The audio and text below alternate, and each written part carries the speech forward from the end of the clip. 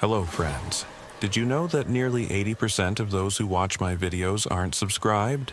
If you enjoy the content, I'd truly appreciate it if you hit that subscribe button. It helps a lot. Also, don't forget to leave a like and share your thoughts in the comments. Your interaction not only supports the channel's growth, but also helps these stories reach more people. Thank you all for being here. By the way, where are you watching from? Let me know in the comments.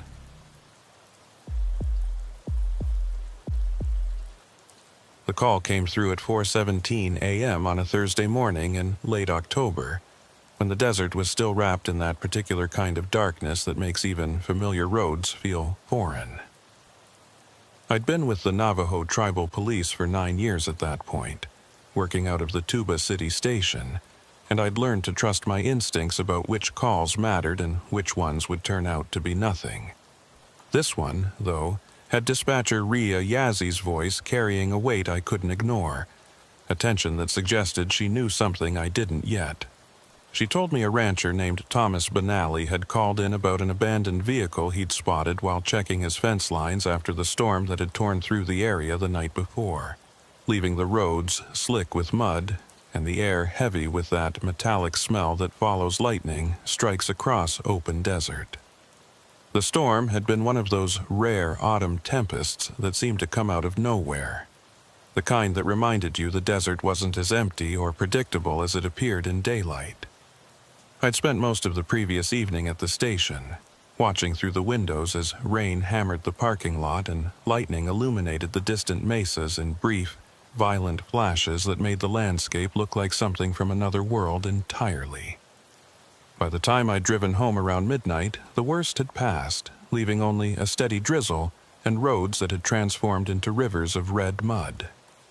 Now, just a few hours later, I was heading back out into the aftermath. My patrol vehicle's headlights cutting through the pre-dawn darkness as I made my way toward the coordinates Rhea had given me, a stretch of back road about 15 miles northeast of town where the pavement gave way to dirt, and the landscape opened up into vast expanses of scrubland punctuated by sandstone formations that looked like sleeping giants. Thomas Benally was waiting for me where the main road intersected with a smaller track that led toward his grazing lands, his truck idling with the headlights on, illuminating what looked like tire tracks leading off into the desert.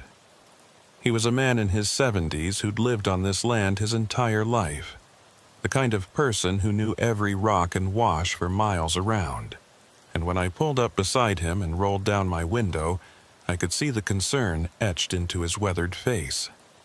He didn't waste time with pleasantries, just gestured toward the tracks and told me he'd been following the fence line when he'd seen vultures circling about a quarter-mile out, which was unusual enough at this hour to make him investigate. What he'd found was a silver sedan, a newer model that had no business being out here, stuck nose first in a wash that had probably been dry yesterday but was now filled with several inches of muddy water from the storm runoff.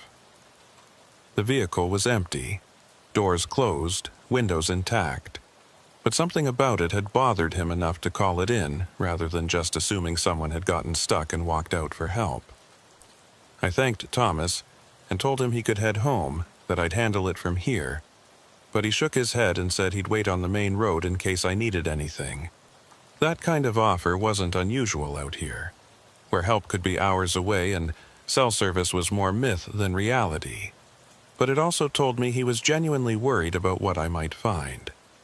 I grabbed my flashlight, radio, and gear bag, then started following the tire tracks on foot, my boots squelching in the mud as I made my way across terrain that would be treacherous even in good conditions. The tracks were deep, suggesting the vehicle had been moving fast when it left the road, and they led in a relatively straight line toward the wash, as if the driver had been running from something or towards something with single-minded determination.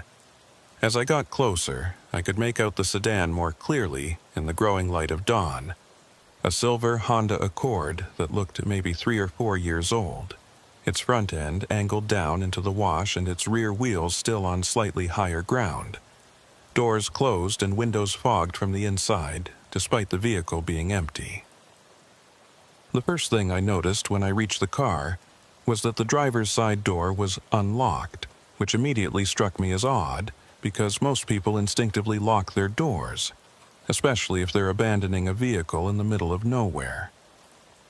I pulled it open carefully, my flashlight beam sweeping across an interior that was neat and clean except for a child's drawing that had fallen onto the passenger seat. A crayon picture of what looked like a family standing in front of a house, the kind of thing any parent might have their kids' artwork scattered around their car. The keys were still in the ignition, turned to the off position, and the gas gauge showed a quarter tank, more than enough to have made it back to town if the driver had wanted to. The glove compartment held the usual items: registration, insurance papers, owner's manual.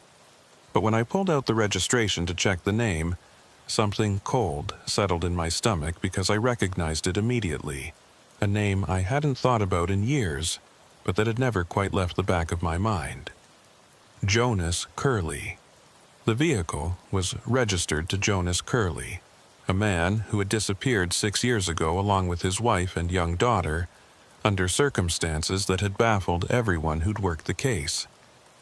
I'd been relatively new to the force back then, not assigned to the investigation but aware of it the way everyone on the reservation had been aware of it, because missing persons cases involving entire families were rare enough to generate the kind of attention that lingered long after the official search had been called off.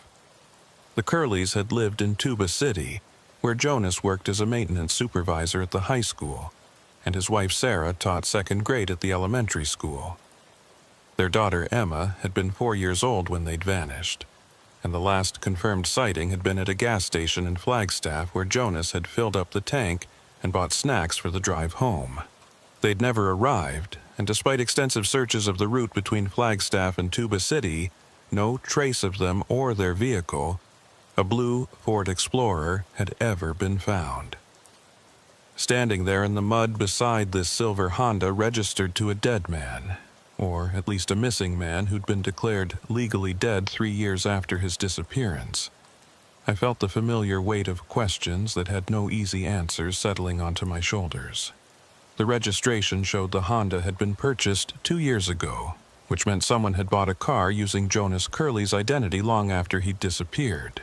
Or Jonas Curley had never actually disappeared at all. I keyed my radio and called it in to Rhea, giving her the vehicle information and the name on the registration, hearing her sharp intake of breath when I mentioned Curley because she'd been working dispatch back then too and remembered the case as clearly as I did. She told me she'd pull the original files and run the vehicle identification number through the system to see what came up, and that she was sending backup to my location. Though, it would take at least 20 minutes for the nearest unit to arrive given how far out I was from anything resembling civilization. While I waited, I conducted a more thorough search of the vehicle's interior, photographing everything with my phone despite the weak signal, and documenting the scene as carefully as I'd been trained to do. The child's drawing on the passenger seat showed 3 stick figures, 2 tall ones and 1 small one, standing in front of a rectangular house with a triangle roof and a circular sun in the corner, the kind of picture any 4-year-old might draw. But when I turned it over, I found writing on the back in what looked like an adult's handwriting, neat block letters that spelled out 3 words that made my skin crawl in a way I couldn't quite articulate. "Find us, please." The message was brief and desperate, the kind of thing someone might write if they knew they were running out of time.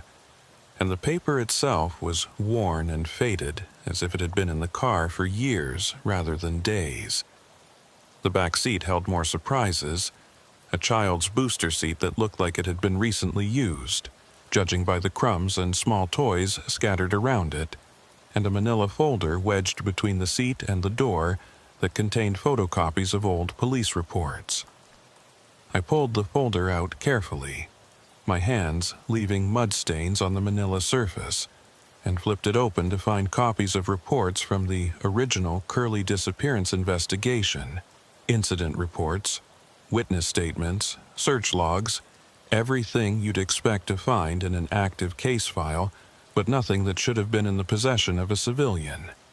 Someone had been studying the case, going over the details with enough interest to make copies of official documents, and that someone had been driving this car registered to Jonas Curley when they'd ended up stuck in this wash. The implications were troubling because it suggested either someone was obsessed with the Curley case to the point of identity theft and document forgery, or something far stranger was happening that I didn't yet have the framework to understand. My radio crackled to life with Ria's voice, tight with tension as she relayed information that only deepened the mystery surrounding this abandoned vehicle and its connection to a 6-year-old cold case. The VIN check had come back with results that contradicted the registration I'd found, showing the Honda had been purchased 3 months ago at a dealership in Phoenix by someone named Marcus Whitehorse, paid for in cash and registered under that name, with no connection to Jonas Curley anywhere in the system. When Ria had called the dealership, they'd confirmed selling the vehicle to a man matching that description, but had no record of any issues or concerns with the transaction. Just a standard cash sale with proper documentation. The fact that the car had Jonas Curley's registration in the glove compartment, but was actually owned by someone else, suggested the registration was either fake or had been deliberately placed there. And neither option made me feel any better about what I'd stumbled into. I moved around to the trunk, half expecting it to be locked, but finding it unlatched when I tested the release button. And when I lifted it open, the smell hit me immediately. Not the overwhelming stench of decay, but something subtler and more disturbing. A musty odor mixed with chemicals I couldn't quite identify. The trunk contained a sleeping bag that looked like it had been used recently, a plastic storage bin filled with canned goods and bottled water, the kind of supplies someone might pack if they were planning to spend time away from civilization. And beneath those items, wrapped in a plastic garbage bag, a set of children's clothing that made my throat tighten because they looked like they'd fit a 4-year-old girl. The clothes were worn and faded, as if they'd been through multiple washings or stored for years. And among them was a small stuffed rabbit with one ear missing and button eyes that seemed to stare up at me from the depths of the trunk with an accusation I couldn't quite name.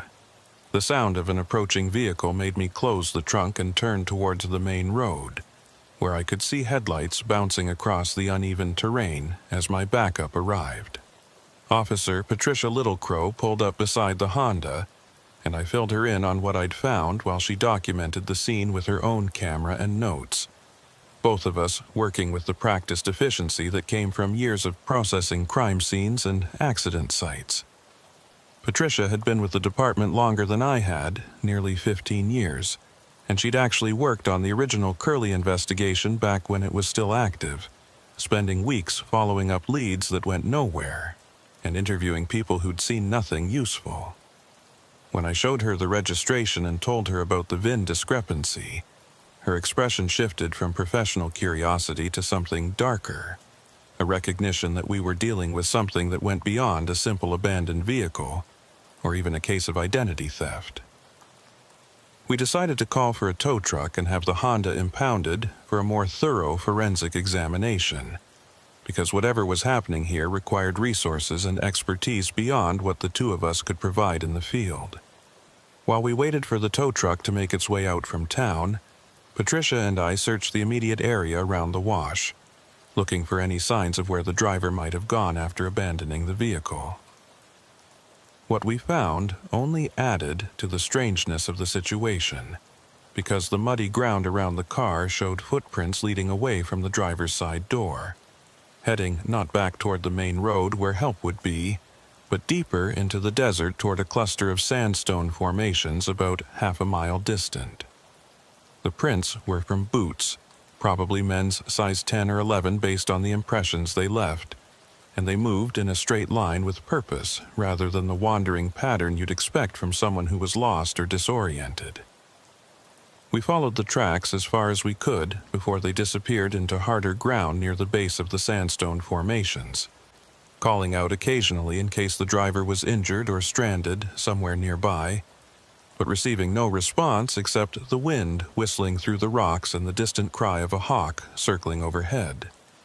The formations created a maze of narrow passages and hidden alcoves, the kind of place where someone could easily hide or get lost, and as Patricia and I stood at the entrance to this natural labyrinth, I felt a profound unease that had nothing to do with the physical dangers of the terrain. Something about the way the footprints had led here with such determination, as if the driver had known exactly where they were going despite the darkness and the storm, suggested this wasn't a random abandonment but part of something planned, though what that plan might be remained frustratingly unclear. My radio crackled again, Ria's voice cutting through the desert silence with information that shifted my understanding of the entire situation in ways I was still processing even as she spoke.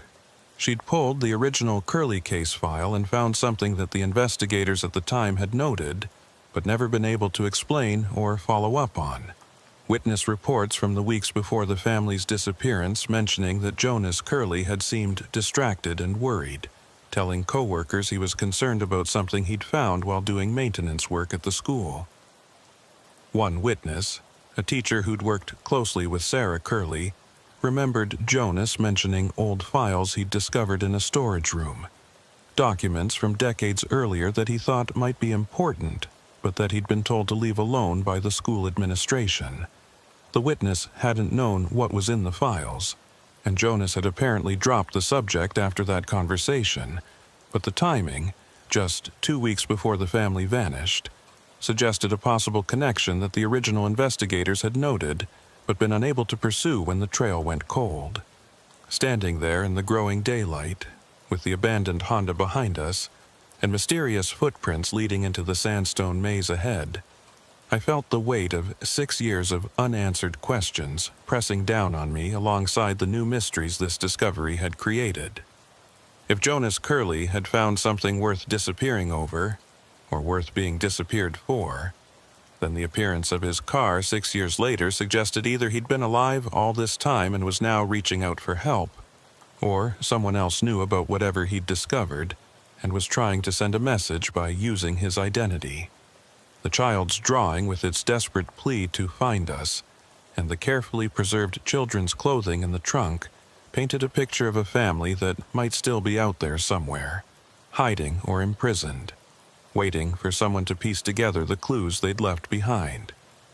Patricia and I made the decision to request a full search and rescue team, because if there was even a chance that someone from the Curly family was alive and in the area, we needed to find them before the desert claimed another victim. As we walked back to our vehicles to coordinate the response, my radio, which had been quiet except for Ria's transmissions, suddenly erupted with static so loud and harsh that I had to pull the handset away from my ear. The static lasted maybe 5 seconds, overwhelming and almost painful in its intensity, and then it cut off as abruptly as it had started, leaving behind a silence that felt heavier than before. I checked the radio, thinking maybe I'd accidentally triggered some interference, or that there was equipment malfunction, but everything seemed normal, all the right lights showing, the channel clear and ready for transmission. Then it happened again, that same burst of overwhelming static, except this time buried somewhere in the noise I thought I heard something else. A voice, maybe, or something that could have been a voice if you wanted to believe it was. Patricia heard it too. I could tell by the way she'd stopped walking and turned to look at her own radio with an expression that mirrored what I was feeling.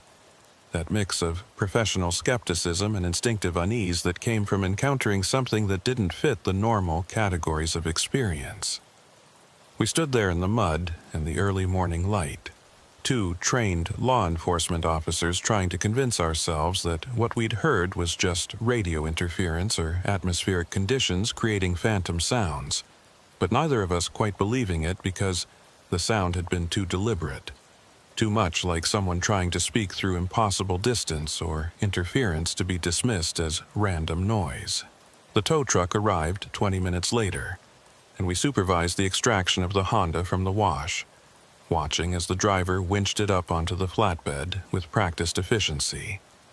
As the car was being secured for transport, I took one last look inside, making sure we hadn't missed anything in our initial search, and that's when I noticed something I'd overlooked before in the compartment between the front seats. A small notebook, the kind you could buy at any convenience store, its pages warped from moisture but still mostly legible. I bagged it as evidence and flipped through it carefully, finding pages filled with handwritten notes and sketches, dates and times and locations scattered throughout with no obvious organizing principle that I could determine at first glance. But one entry, dated 3 days ago, caught my attention because it mentioned Tuba City specifically and included coordinates that, when I checked them on my phone, corresponded almost exactly to where we were standing. The note next to the coordinates read simply, "This is where it has to end. They'll find the car and maybe they'll understand. Tell Emma I'm sorry I couldn't protect her better. Tell Sarah I tried to keep my promise. If you're reading this, Officer Begay, you need to look at the files. The real ones, not the copies they gave you. The answer is in what they didn't want Jonas to find."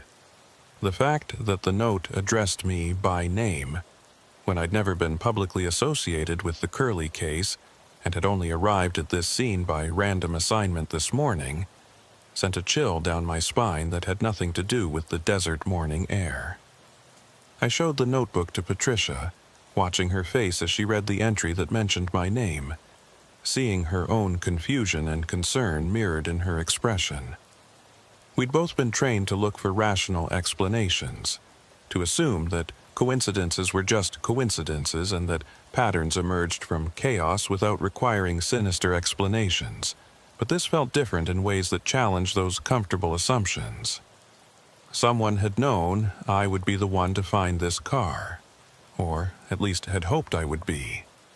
And they'd left a message specifically for me that referenced files I didn't know existed, and made promises about truth and understanding that felt more like threats than reassurances.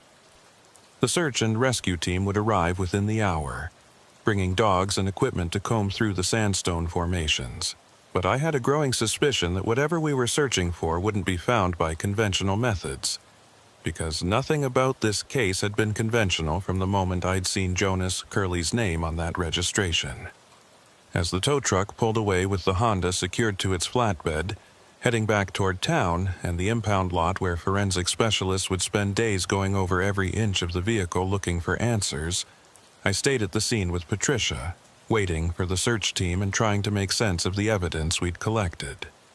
The sun had fully risen now, burning away the last of the morning coolness and painting the desert in shades of red and gold that would have been beautiful under different circumstances.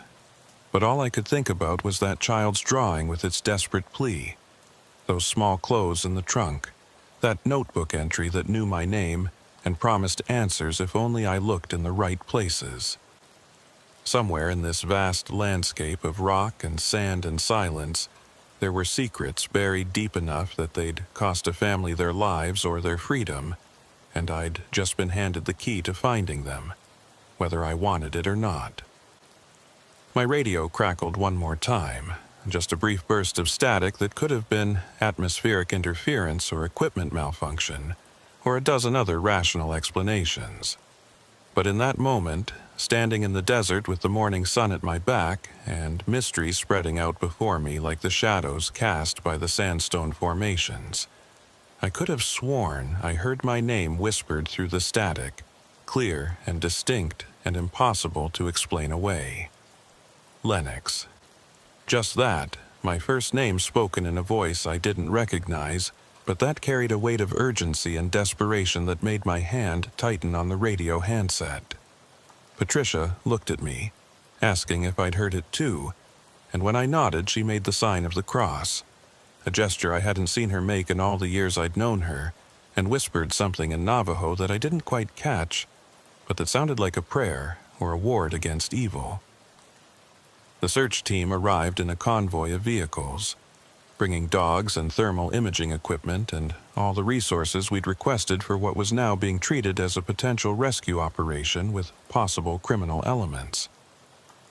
I briefed the team leader on what we'd found, showing him the footprints leading toward the sandstone formations and explaining the connection to the Curley cold case, though I left out the part about hearing my name on the radio because that felt like something I needed to process privately before sharing it with people who'd think I was losing my grip on reality. The dogs were released to follow the trail, baying eagerly as they picked up the scent and headed toward the rocks with their handlers following close behind. And Patricia and I joined the search despite having been up since before dawn, because whatever answers were waiting in those formations felt like they were meant for us to find. The dogs led us into the sandstone formations with a confidence that should have been reassuring, but instead only heightened my sense that we were walking into something we didn't fully understand. The handlers, both experienced search and rescue specialists from the Coconino County Sheriff's Department, who'd worked dozens of cases across the region, kept their animals on long leads as we navigated the narrow passages between towering walls of red rock that seemed to absorb sound and light in ways that made normal conversation feel like shouting. Officer Patricia Littlecrow stayed close to me, her hand resting on her sidearm in a way that suggested she felt the same unease I did, that sense of being watched or followed that had nothing to do with any visible threat but everything to do with the weight of 6 years of unanswered questions pressing down on us from all directions. The formations created a maze of corridors and dead ends, some passages so narrow we had to turn sideways to squeeze through, while others opened into bowl-shaped amphitheaters large enough to hold 50 people, their walls streaked with desert varnish and ancient petroglyphs that predated European contact by centuries. One of the handlers, a man named Robert Nez, who'd grown up on the reservation and knew these lands as well as anyone, pointed out markings on the rocks that he said weren't traditional Navajo but might have been left by earlier peoples, ancestral Puebloans or even older cultures whose names had been lost to time. The fact that this area held layers of human history stretching back thousands of years made our search feel simultaneously more urgent and more futile, because if someone wanted to hide here, they could disappear into crevices and alcoves that hadn't been explored in generations, becoming just another mystery in a landscape full of them. About half a mile into the formations, the dogs suddenly became agitated, pulling hard on their leads and barking with an intensity that made their handlers exchange concerned glances. We'd reached what looked like a box canyon, a circular depression surrounded by high walls with only one way in or out, and the dogs were focused on something at the far end where a rockfall had created a jumble of boulders that looked recent, probably dislodged by the storm the previous night. Robert called his dog back and approached the rockfall carefully, testing each boulder before putting his weight on it, while the rest of us spread out to search the perimeter of the canyon for any signs of recent human presence.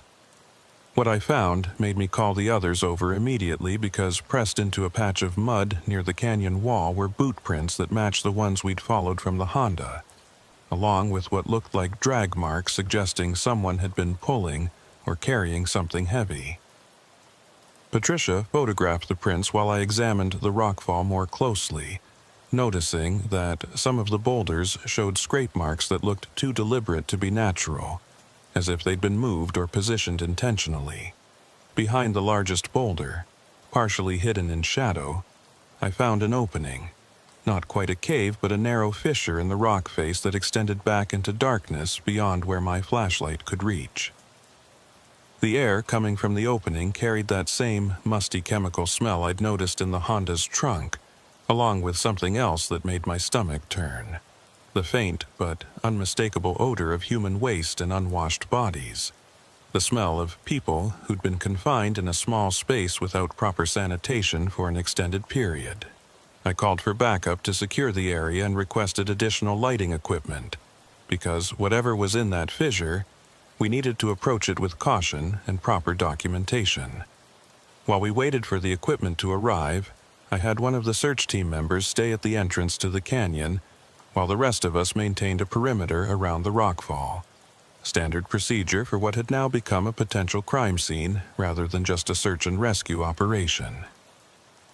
My radio was clipped to my shoulder, volume turned up high enough that I'd hear any transmission clearly, and in the relative quiet of the canyon with only the wind and occasional bird call for background noise, I found myself listening more intently than usual, half expecting another burst of static or whispered name that would confirm I hadn't imagined what I'd heard earlier.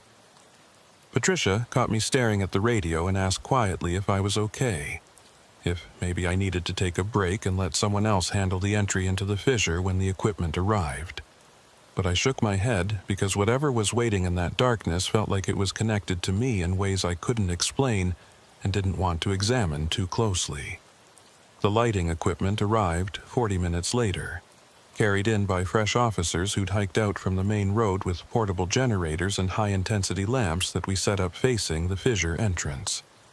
In the harsh artificial light, the opening looked less ominous and more mundane, just a crack in the rock that had probably been there for thousands of years, widened by erosion and freeze-thaw cycles until it was large enough for a person to squeeze through. But the smell that wafted out when we moved the boulders aside was anything but mundane.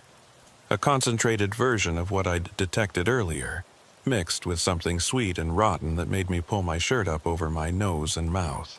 Robert Nez, who'd seen and smelled plenty of death in his years doing search and rescue, made a face that suggested he recognized the odor, and when Patricia asked him what he thought, he just said we needed to be prepared for what we might find inside. I volunteered to go in first, partly because it was my investigation, and partly because that notebook entry had addressed me by name, making this feel personal in ways that went beyond professional duty. Patricia insisted on coming with me, and after a brief discussion about the wisdom of sending 2 officers into an unknown space versus having backup remain outside, we compromised by having Robert accompany us, while the other search team members maintained positions at the entrance with weapons drawn and radios ready. We squeezed through the fissure one at a time, our flashlights cutting through darkness that seemed to swallow the beams before they could illuminate anything useful. And for the first 20 feet or so, the passage was so narrow that my shoulders brushed both walls, and I had to focus on controlling my breathing to keep the claustrophobia at bay. Then the passage opened into a chamber. Not huge, but large enough that all 3 of us could stand upright with room to move around. And what we found there would haunt my dreams for years to come. The chamber had been converted into a living space, or perhaps more accurately, a survival space, with sleeping bags laid out on the floor, plastic storage containers stacked against one wall holding supplies, and a makeshift latrine area in the far corner that explained the smell. But it was the walls that captured my attention, because every available surface had been covered with writing and drawings, some in pen or marker, and others scratched directly into the soft sandstone. A desperate chronicle of time spent in captivity or hiding that stretched across weeks or months or possibly even years. The handwriting varied, suggesting multiple people had contributed to this bizarre mural, and among the scrawled messages I recognized the same neat block letters from the notebook we'd found in the Honda. Patricia was photographing everything systematically, her camera flash creating brief moments of harsh illumination that made the chamber feel even more oppressive, while Robert examined the supplies and sleeping bags to determine how recently they'd been used. I focused on the writing, trying to parse meaning from what appeared at first glance to be a random collection of dates, names, and cryptic messages that referenced events and people I didn't recognize. But patterns began to emerge as I studied the walls more carefully, particularly a section near the entrance where someone had created a timeline stretching from 6 years ago to just 3 days prior, marking significant events with dates and brief descriptions that told a story of fear and desperation and survival against impossible odds. The timeline began with an entry dated to the day the Curley family had disappeared, marked simply with Day 1 they found us, followed by coordinates that I recognized as being near the Arizona-Utah border, about 80 miles north of where we were currently standing. Subsequent entries tracked what appeared to be a journey, sometimes covering only a few miles per day and other times making longer jumps, always moving but never staying in one place long enough to establish any kind of permanent settlement. The entries for the first year were frequent, almost daily, but they became less regular after that, sometimes going weeks between updates as if whoever was maintaining the timeline had either given up the effort or been prevented from continuing it. But the final entry, dated 3 days ago, was written in that same neat handwriting from the notebook. Lennox Begay will understand. He has to understand. We left everything he needs to find the truth. Robert called us over to where he'd been examining the supplies, his voice tight with a tension that suggested he'd found something significant. The plastic storage containers held mostly non-perishable food items, canned goods, and dried fruit and energy bars, the kind of supplies you could accumulate slowly from gas stations and convenience stores without arousing suspicion. But one container held something different entirely, a collection of documents and photographs that Robert had carefully laid out on the floor in neat rows for us to examine. The photographs showed people I didn't recognize at first, men and women in what appeared to be official settings, government offices or conference rooms, engaged in conversations or reviewing documents. But when Patricia leaned in closer and pointed out faces she recognized, my blood ran cold, because several of the people in these photographs were tribal officials, members of councils and committees that oversaw resource management and development projects on the reservation. The documents were harder to parse, dense technical language about mineral rights and water access and land use permits, the kind of bureaucratic paperwork that made my eyes glaze over under normal circumstances. But Robert, who'd worked in environmental protection before joining search and rescue, started pointing out inconsistencies and irregularities that suggested these weren't just routine administrative documents, but evidence of something corrupt. Permits approved without proper review. Resources allocated to shell companies with no legitimate business presence. Money changing hands in ways that benefited specific individuals while leaving communities vulnerable to exploitation and harm. Jonas Curley had been a maintenance supervisor at a high school, not an environmental lawyer or forensic accountant, but somehow he'd pieced together enough of this puzzle to recognize what was happening, and that recognition had made him and his family targets. I was about to radio back to the officers at the entrance when I noticed something else on the chamber floor, partially hidden beneath one of the sleeping bags. It was a child's shoe, small and pink with cartoon characters on the side, the kind that would fit a 4-year-old girl. I picked it up carefully, my throat tight with an emotion I couldn't quite name, because this single piece of physical evidence confirmed what the timeline and the writing on the walls had suggested, but what I'd been trying not to fully accept. Emma Curley, or someone her age and size, had been in this chamber, living in this darkness with whoever had been maintaining that desperate chronicle on the walls. The shoe was worn but not falling apart, suggesting it had been used regularly rather than just stored away, and when I turned it over, I found writing on the sole in black marker, Emma C., age 4, followed by a date that matched the day the family had disappeared. Patricia saw my expression and came over to look at what I'd found, her own face going pale as she realized the implications. We'd been searching for evidence of what had happened to the Curley family, expecting to find either bodies or nothing at all. But instead, we'd stumbled into something more complex and more disturbing than a simple murder or disappearance. The family had been alive, at least for some period after they'd vanished, living in hiding and moving from place to place while documenting evidence of corruption that they'd hoped someone would eventually find and understand. But the fact that the chamber was currently empty, with no signs of anyone having been here in the last few days based on Robert's assessment of the supplies and sleeping bags, raised the question of where they were now and whether they were still alive to answer the questions their evidence had created. My radio crackled, and I tensed reflexively, expecting static or whispered words, but it was just one of the officers at the entrance asking for a status update. I gave him a brief summary of what we'd found, requesting that he contact the FBI field office in Flagstaff, because this had escalated beyond the scope of what tribal police could handle alone, touching on federal corruption and possibly crossing state lines multiple times over the course of years. As I was finishing the transmission, I noticed something carved into the wall above where the timeline ended. Letters scratched deep into the sandstone with enough force to leave grooves I could fit my fingertip into. The files are in the school, storage room 3B. They tried to burn them, but Jonas saved them. Tell Sarah I love her. Tell Emma Daddy is sorry. The message felt like a suicide note or a last testament. The kind of thing someone would write if they believed they wouldn't survive to deliver the information personally, and the reference to Jonas in the third person suggested it had been written by someone else, possibly Sarah Curley trying to preserve her husband's discovery even as their situation became increasingly desperate. But the message also provided concrete direction, a specific location where we might find the original files that Jonas had discovered and that had set this entire tragedy in motion.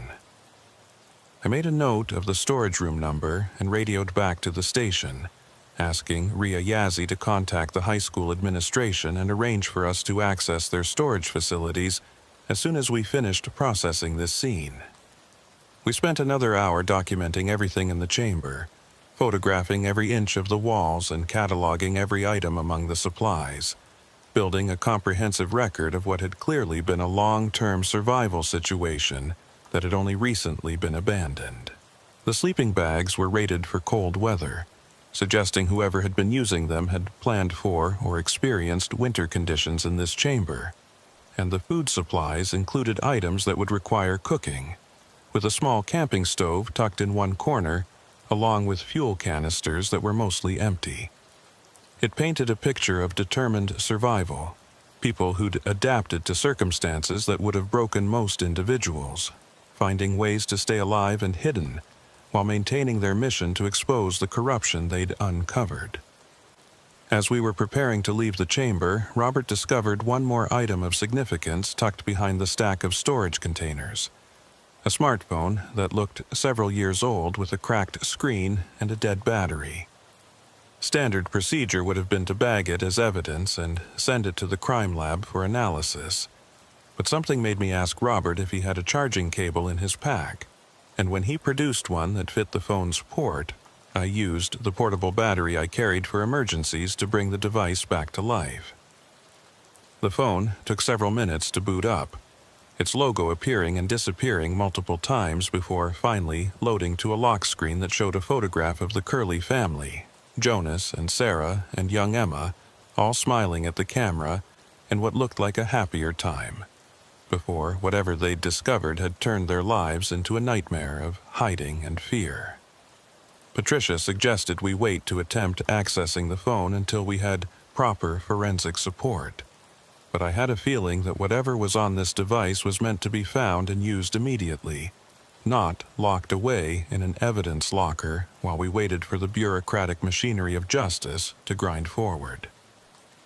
I tried the most common unlock patterns and passcodes, getting nowhere until I thought about the message carved into the wall and tried a code based on the storage room number. 3B, which translated to 32 on a numeric keypad. The phone unlocked immediately, revealing a home screen with only a few apps installed. No games or social media or any of the usual distractions. Just basic communication tools and a notes app that showed 47 entries when I opened it. The entries were dated, like the timeline on the wall but with much more detail. A day-by-day account of the Curley family's life on the run that began with their initial discovery of the corruption Jonas had uncovered, and traced their desperate attempts to find someone they could trust with the information. The early entries spoke of going to local authorities only to find that some of the people they'd approached were themselves involved in the schemes Jonas had documented, and of realizing they were being followed and watched, their phones tapped and their movements tracked by people with resources that far exceeded what they'd expected. The decision to run had come after someone broke into their home while they were away, not stealing anything but leaving a clear message by rearranging Emma's toys into a pattern that could only have been deliberate, a warning that even their daughter wasn't safe if they continued asking questions. I scrolled through the entries, watching the family's situation deteriorate from month to month and year to year, as they exhausted their savings and lost contact with friends and family who thought they'd simply abandoned their lives for unknown reasons. There were entries about Emma's birthdays celebrated in hiding, about Sarah's struggles to continue her daughter's education without access to schools or proper materials, about Jonas's deteriorating health from stress and inadequate medical care as they moved from temporary shelter to temporary shelter.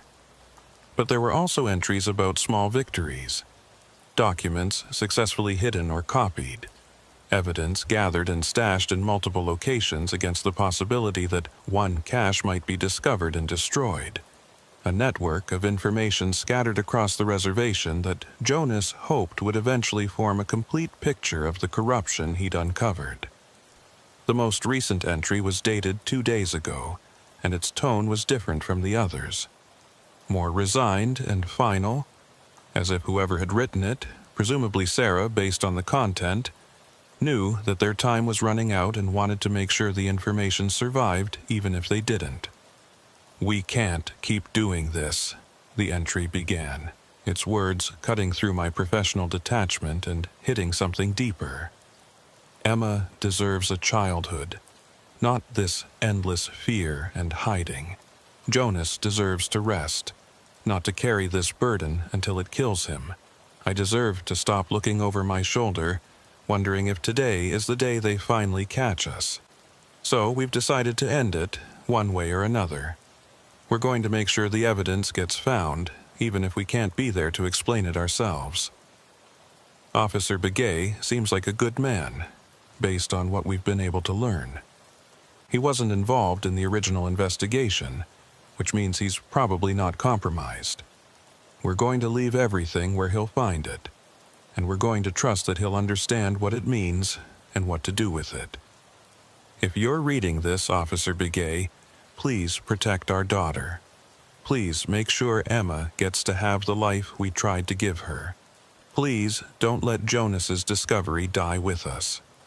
The entry ended there, with no explanation of what they meant by ending it, or where they'd gone after abandoning this chamber, and the silence that followed felt heavier than any of the words I'd read.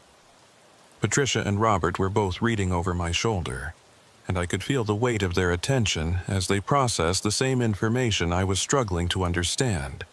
The realization that this family had orchestrated their own disappearance not once but twice. First, to escape the people who wanted them silenced, and now to ensure their evidence would be found even at the cost of their own safety or lives. The trust they'd placed in me, someone they'd apparently researched and selected without my knowledge or consent, felt like a burden I wasn't sure I was equipped to carry, but refusing it wasn't an option, not with a child's life potentially hanging in the balance. We emerged from the chamber into afternoon sunlight that felt almost offensively normal after the oppressive darkness and the weight of what we'd discovered, and I briefed the other officers on what we'd found while Patricia uploaded photographs from her camera to a secure server that would preserve the evidence, even if something happened to the physical devices. The FBI field agents were already en route, their estimated arrival time less than 2 hours away, but I couldn't wait that long to check the high school storage room that had been mentioned in the carved message. I left Robert in charge of the scene and took Patricia with me back to the vehicles, making the drive to Tuba City in record time, while my mind raced through possibilities and implications faster than I could fully process them. The high school principal, a woman named Margaret Sosi who'd held the position for the past decade, met us at the main entrance with a concerned expression that suggested Raya had communicated the urgency of our request without providing too many details. She led us through empty hallways that echoed with our footsteps, the building quiet during the afternoon hours. when students were in class and the usual chaos of teenage energy was temporarily contained, and down a stairwell to the basement level, where maintenance and storage areas occupied space that had probably once held industrial arts classrooms or shop facilities. Storage room 3B was at the end of a long corridor, secured with a heavy padlock that Margaret opened with a key from the massive ring she carried. And when she swung the door open, the smell of dust and old paper and chemical fire suppressant rolled out in a wave that made me cough. The room was packed floor to ceiling with boxes and filing cabinets, decades worth of school records and administrative documents that should have been digitized or destroyed according to retention schedules, but had instead been forgotten in this basement tomb. Margaret explained that this had been Jonas Curley's domain, the storage areas he'd maintained and organized as part of his facility's management responsibilities, and that after his disappearance, no one had really taken over that particular duty, leaving these rooms to continue accumulating material without any real system or oversight. She asked if we needed her to stay while we searched, but I could tell she was uncomfortable with the implications of police investigating her school's storage areas.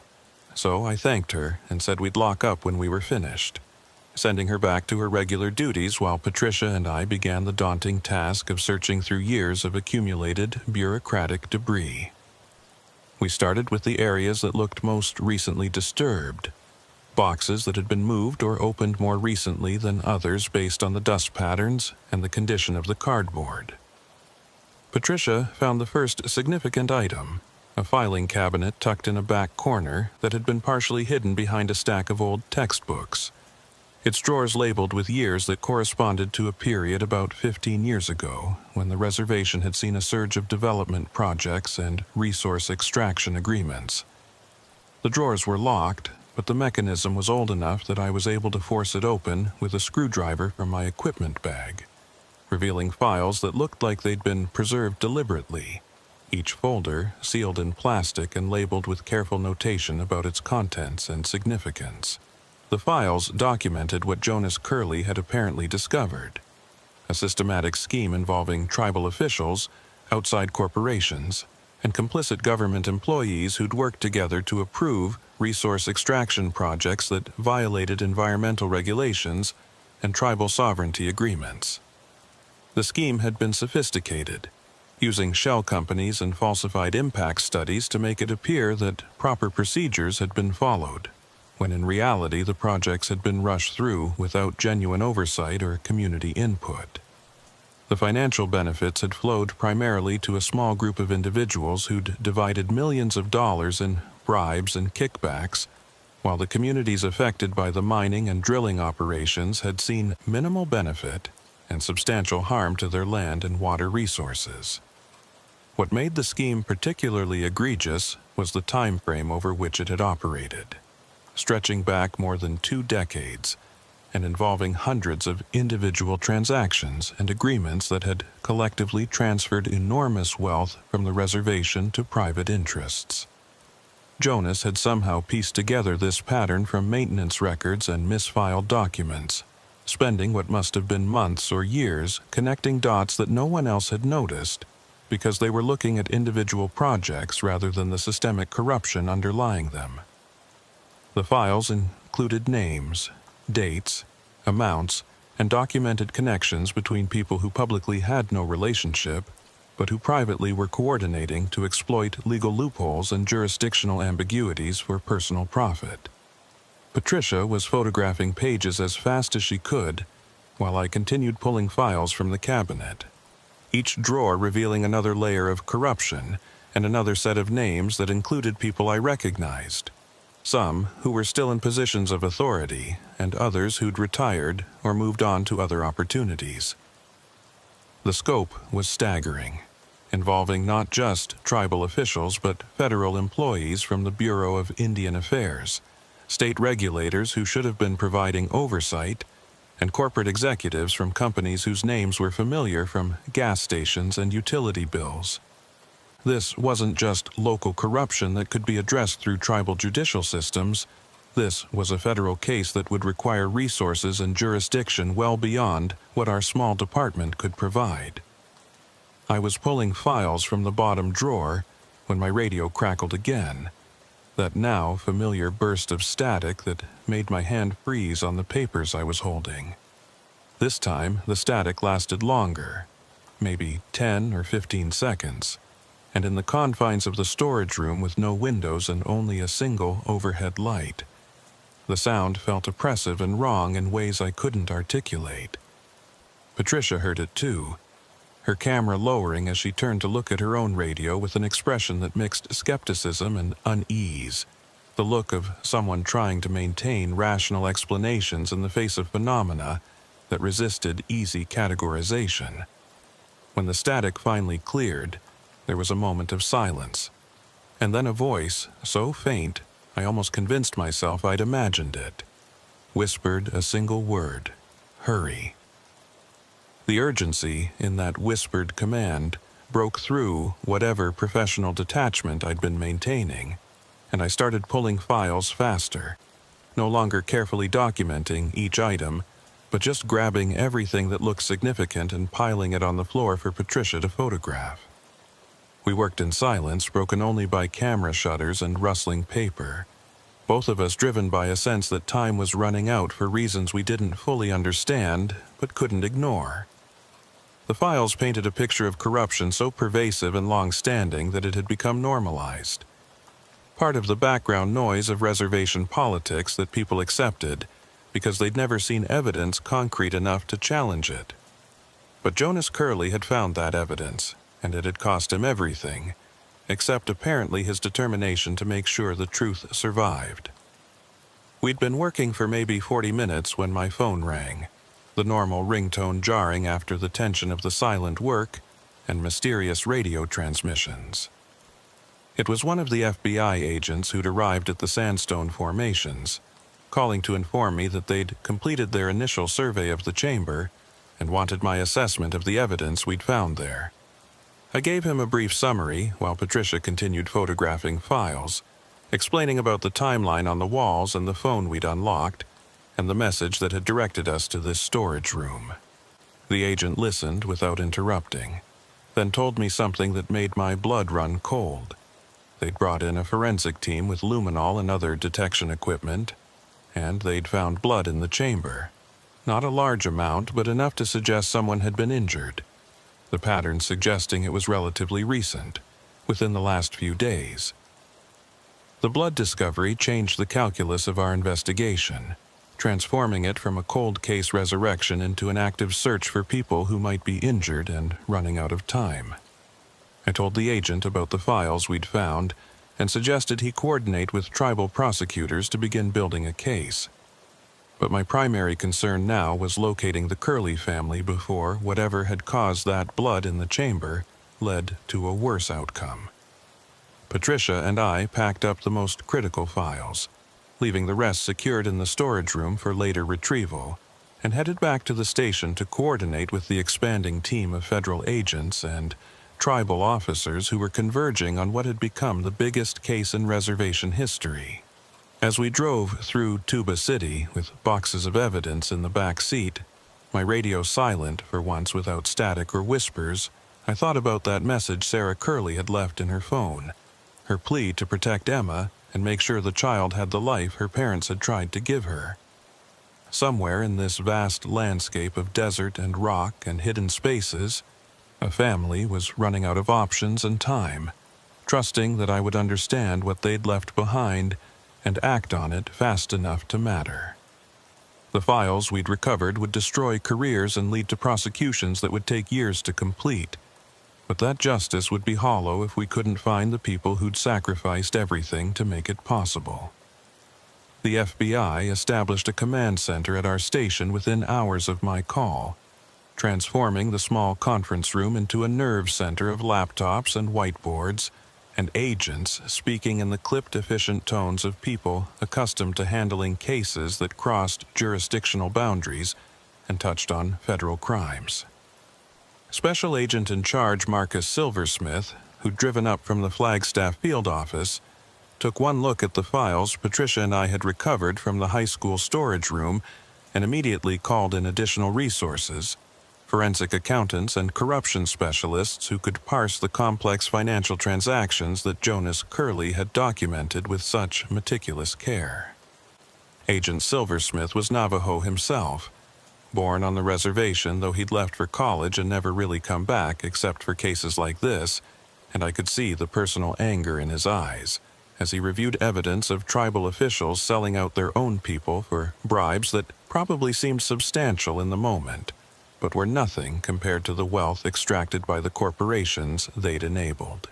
I spent the first 2 hours giving statements and briefings to various teams, walking them through the timeline of discovery from the abandoned Honda to the chamber in the sandstone formations to the storage room files, while Patricia coordinated with tribal officers to establish search perimeters and checkpoints at major roads leading off the reservation. The blood found in the chamber had been sent for analysis, but preliminary field testing suggested it was human and relatively fresh, within 48 to 72 hours, based on the oxidation patterns and other factors the forensic technician had explained in more detail than I really needed.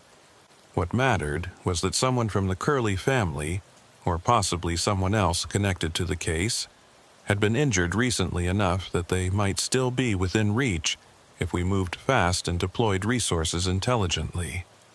The challenge was that the reservation covered more than 27,000 square miles of some of the most rugged and remote terrain in North America, with countless places where a family could hide or where bodies could be concealed for decades without discovery.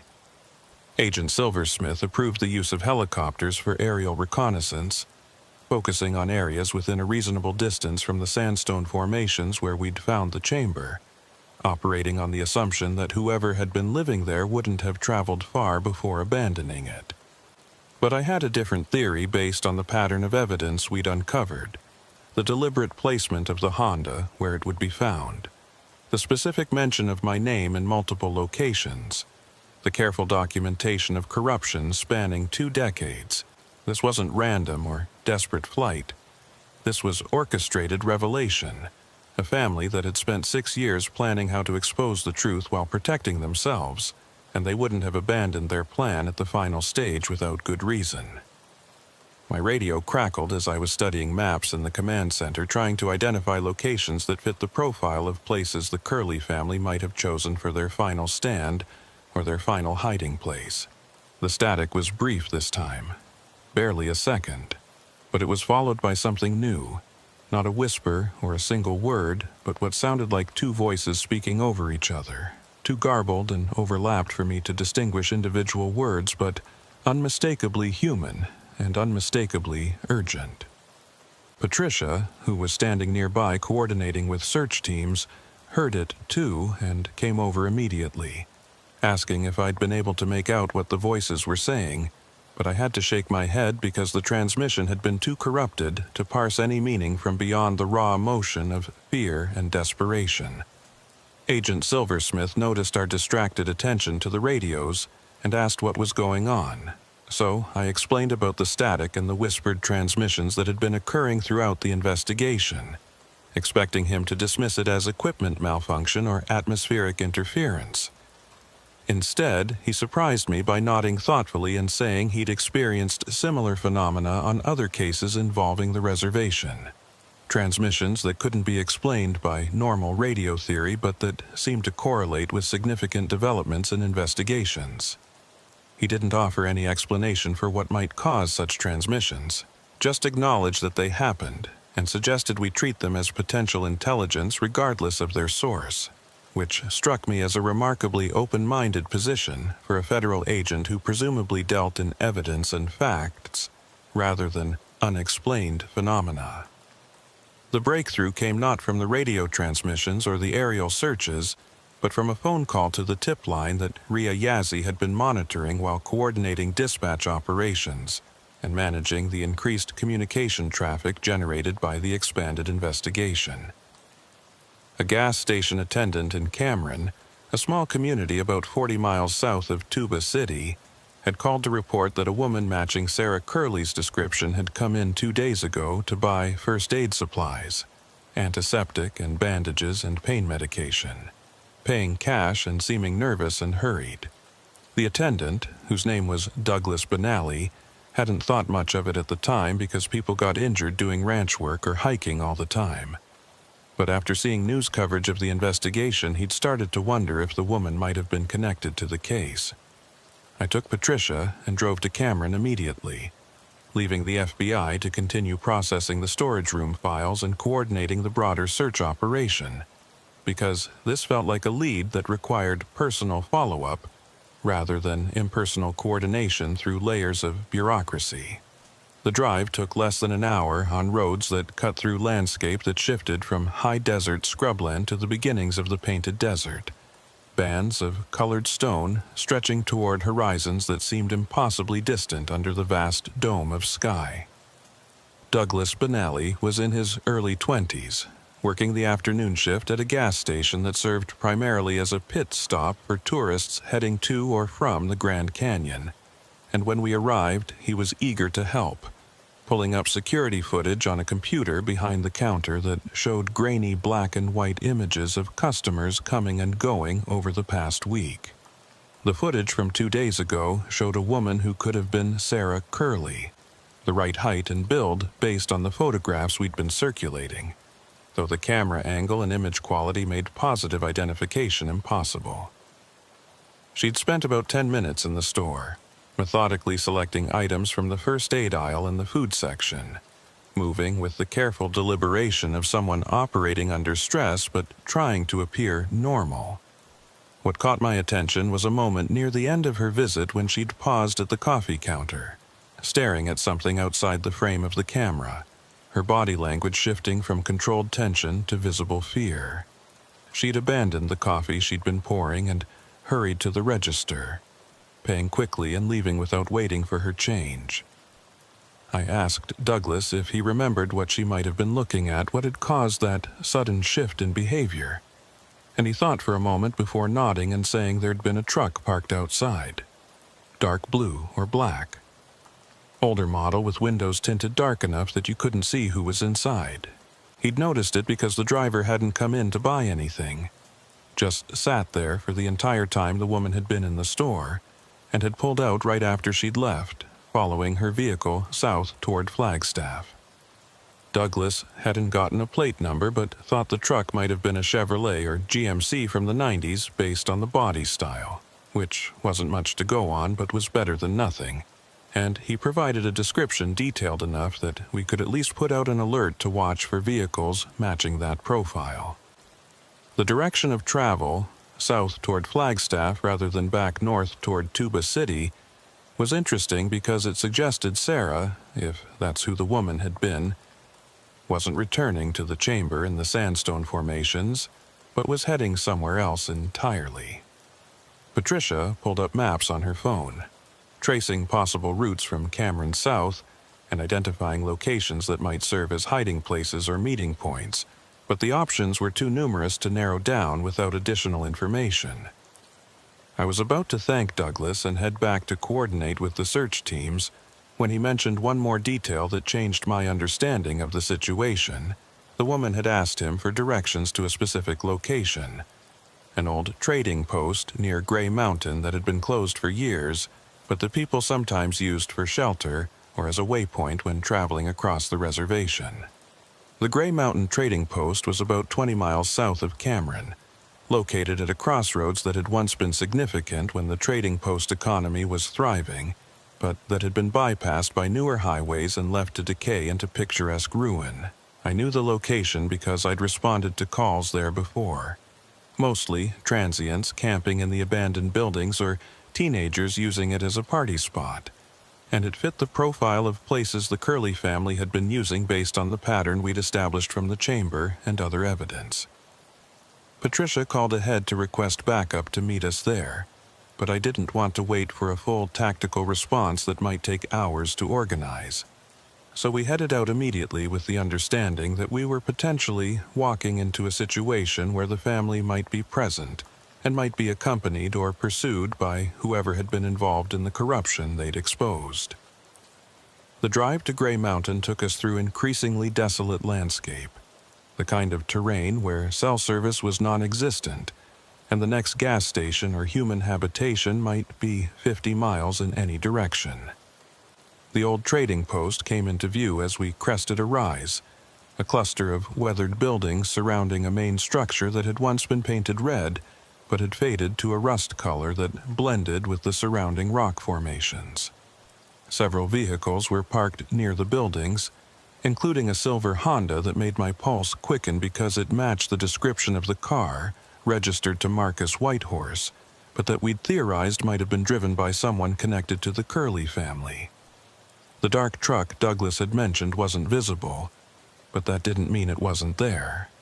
Possibly parked behind one of the outbuildings, or hidden in one of the many gullies and washes that made this area perfect for concealment. We approached carefully, parking our vehicle at a distance that gave us cover, but still allowed clear lines of sight to the main buildings, and I radioed our position to dispatch while Patricia used binoculars to scan for any signs of movement or occupation. The trading post looked abandoned at first glance, windows broken and doors hanging open, but there were signs that people had been here recently, tire tracks in the dirt that looked fresh, disturbed dust patterns around the entrances, and what might have been smoke residue on one of the chimneys suggesting someone had lit a fire within the past day or two. I was debating our approach strategy when my radio erupted with static so intense that I actually dropped the handset. The sound painful enough that both Patricia and I had to cover our ears until it subsided after what felt like an eternity, but was probably only 10 or 15 seconds.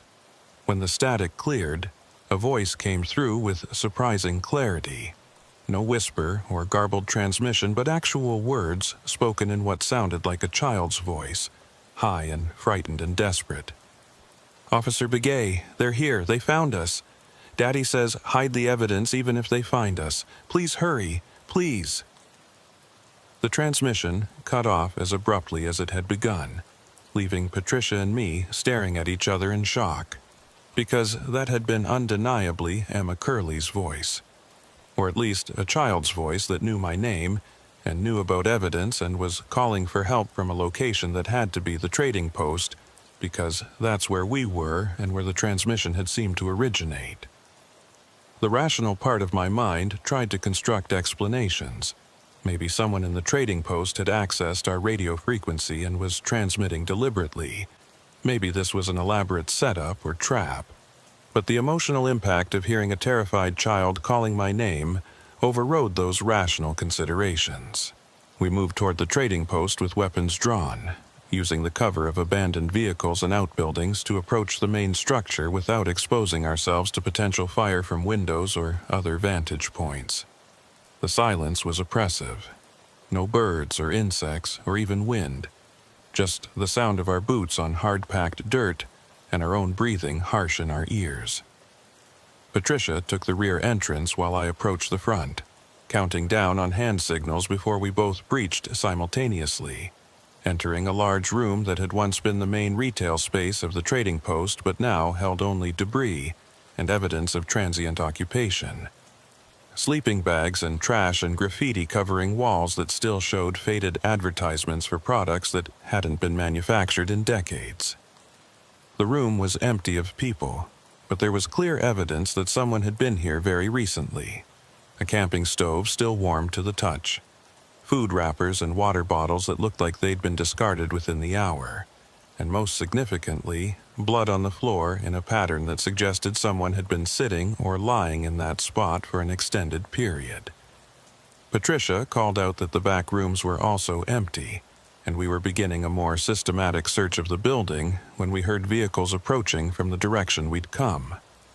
Multiple engines moving fast enough to kick up dust clouds visible through the broken windows. For a moment, I thought backup had arrived earlier than expected, but the vehicles weren't marked patrol units. They were civilian trucks and SUVs, 3 of them forming a loose semicircle around the trading post and blocking our escape route back to where we'd left our vehicle. men emerged from the trucks, 6 of them that I could count, all wearing casual clothing that could have belonged to ranchers or construction workers. Nothing obviously threatening, except for the way they moved with coordinated purpose and the fact that several were carrying rifles or shotguns held in that casual, ready position that suggested familiarity and willingness to use them. One man, older than the others with gray hair and a weathered face that I recognized from the photographs in Jonas Curley's files, stepped forward and called out in a voice that carried clearly across the distance. "Officer Begay, we need to talk. You've been looking for something that doesn't concern you. Put down your weapons and come out, and maybe we can resolve this without anyone getting hurt." I recognized the man as Randall Tsosi, a name that had appeared multiple times in the corruption files as a facilitator and middleman who'd coordinated between tribal officials and the corporations seeking resource extraction rights.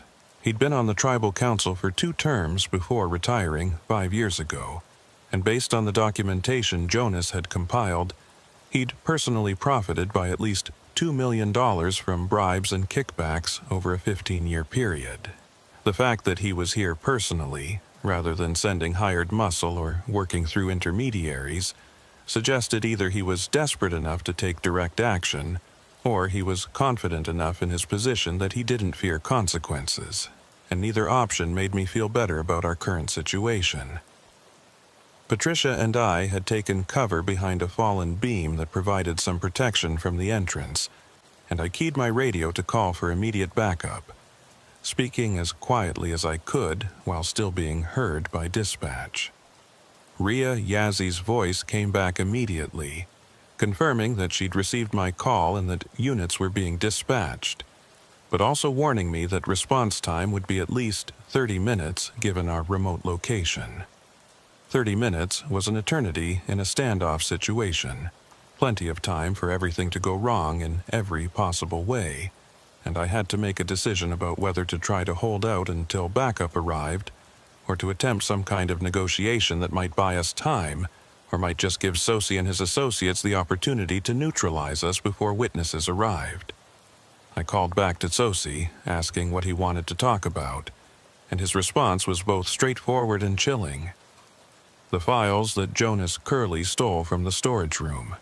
The evidence he thought he could use to destroy good people who were just trying to bring prosperity to the reservation.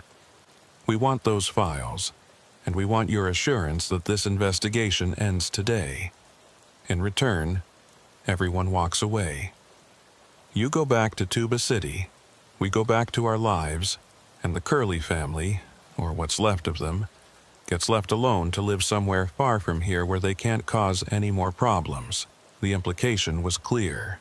They knew where the Curley family was, possibly had them in custody or under surveillance, and were offering their safety as leverage to get us to back down from the investigation.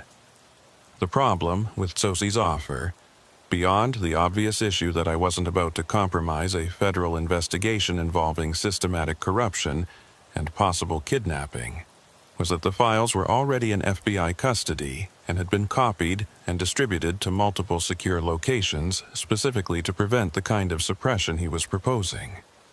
Even if I wanted to accept his deal, which I didn't, there was no practical way to put the evidence back in its box and pretend it hadn't been found. I tried to explain this to Tsosi, speaking loudly enough that my voice would carry across the open space between us, but he just shook his head and said, "Then we have a problem, Officer Begay, because those files are going to destroy people I care about, people who've given their lives to serving this community, and I can't let that happen. So either you figure out a way to make them disappear, or we're going to have to make you disappear instead." The situation was deteriorating rapidly, and I was running through tactical options in my head when my radio crackled again. Not with static this time, but with a transmission that cut through all the other frequencies and played simultaneously on what sounded like every radio within range, including apparently the radios that Tsosi's men were carrying based on the way several of them grabbed at their equipment. The transmission was clear and strong, Jonas Curley's voice unmistakable, even though I'd never heard him speak in life. only seen photographs and read his documentation. Randall, this ends today. I've recorded everything, every meeting, every payment, every threat you've made to keep people quiet. It's all uploaded to cloud servers with instructions to release everything if anything happens to my family or to the officers investigating this case. You want to kill me? Fine. But you can't kill the truth anymore. It's out there now, beyond your reach. Sosie's face went pale, and he barked orders to his men who spread out and began searching the area, looking for wherever Jonas might be transmitting from, but I had a strong suspicion that the transmission wasn't coming from any physical location nearby. The voice had that same quality as the earlier whispered words and static bursts, as if it was coming from somewhere that didn't quite align with normal space or normal radio frequencies, and whether that meant Jonas was using sophisticated equipment to mask his location or something stranger was happening, I couldn't begin to guess. What mattered was that the transmission had bought us time and had shifted the tactical situation by making Sosie uncertain about whether killing us would actually accomplish his goals or would just trigger the release of additional evidence that would destroy him more thoroughly than the files we'd already recovered. Patricia took advantage of the confusion to move to a better defensive position near a window that gave her clear lines of fire to 2 of the 3 vehicles, and I covered her movement while keeping my own weapon trained on Sosie and the man closest to him. The standoff had reached a critical point where any sudden movement or miscalculation could trigger violence that would likely leave some or all of us dead, and I found myself praying for backup to arrive before someone made the wrong decision. My prayer was answered not by the arrival of additional tribal officers, but by another radio transmission, this time in Sarah Curley's voice, speaking with the controlled intensity of someone who'd reached the absolute limit of fear and desperation and come out the other side.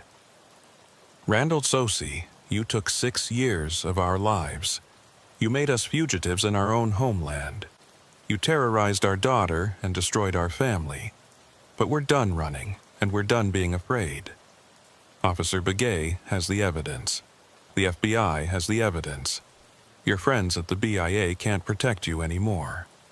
So either you leave right now and turn yourself in to federal authorities, or we release everything, every name, every crime, every piece of leverage you've been using to keep people silent. Your choice. The transmission ended, and for a long moment nobody moved, everyone waiting to see how Sosie would respond to this ultimatum delivered from somewhere in the electronic ether by people who'd become ghosts haunting their own investigation.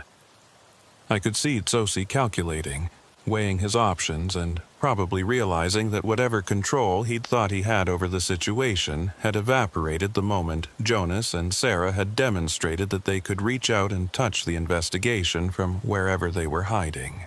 The corruption network that had operated for 2 decades in the shadows had depended on silence and fear and the ability to make problems disappear before they became public.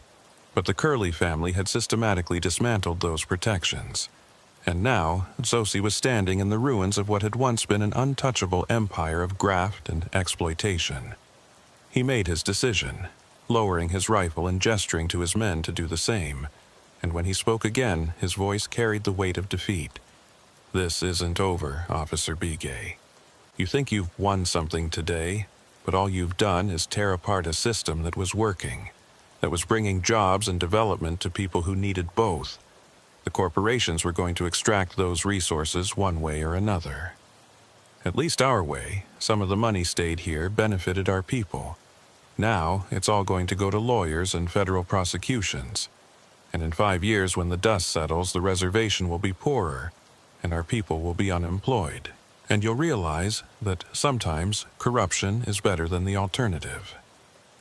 He climbed back into his truck, his men following his lead, and the convoy pulled away heading south toward the junction with Highway 89, leaving Patricia and me standing in the ruins of the trading post, trying to process what had just happened.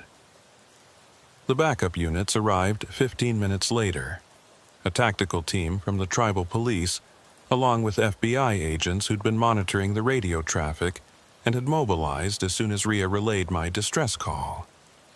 Agent Silversmith emerged from one of the vehicles looking grim, and when I briefed him on the confrontation and Sosie's threats, he immediately ordered arrest warrants to be issued for everyone involved in the standoff. But his attention was focused less on the immediate tactical situation and more on the radio transmissions, the voices of Jonas and Sarah Curley that had intervened at critical moments to provide intelligence and leverage that had potentially saved Patricia's and my lives. He asked me detailed questions about the quality of the transmissions, the timing, the specific content, and when I'd finished describing what we'd heard, he nodded slowly and said, "They're close, probably within visual range of this location. They've been watching the whole time, maybe with binoculars or a spotting scope, and they've been using some kind of radio equipment to monitor our frequencies and inject their own transmissions at strategic moments." The explanation made sense from a technical perspective, and it was certainly more comfortable than the alternatives my imagination had been suggesting, but something about it didn't quite fit with the pattern of transmissions we'd been receiving throughout the investigation. The whispered name in the early morning hours when I'd first discovered the Honda, the static bursts that had seemed to know when we were on the verge of important discoveries, the child's voice calling for help just as we were approaching the trading post, all of it had a quality of immediacy and impossible knowledge that suggested something beyond simple radio communication and surveillance.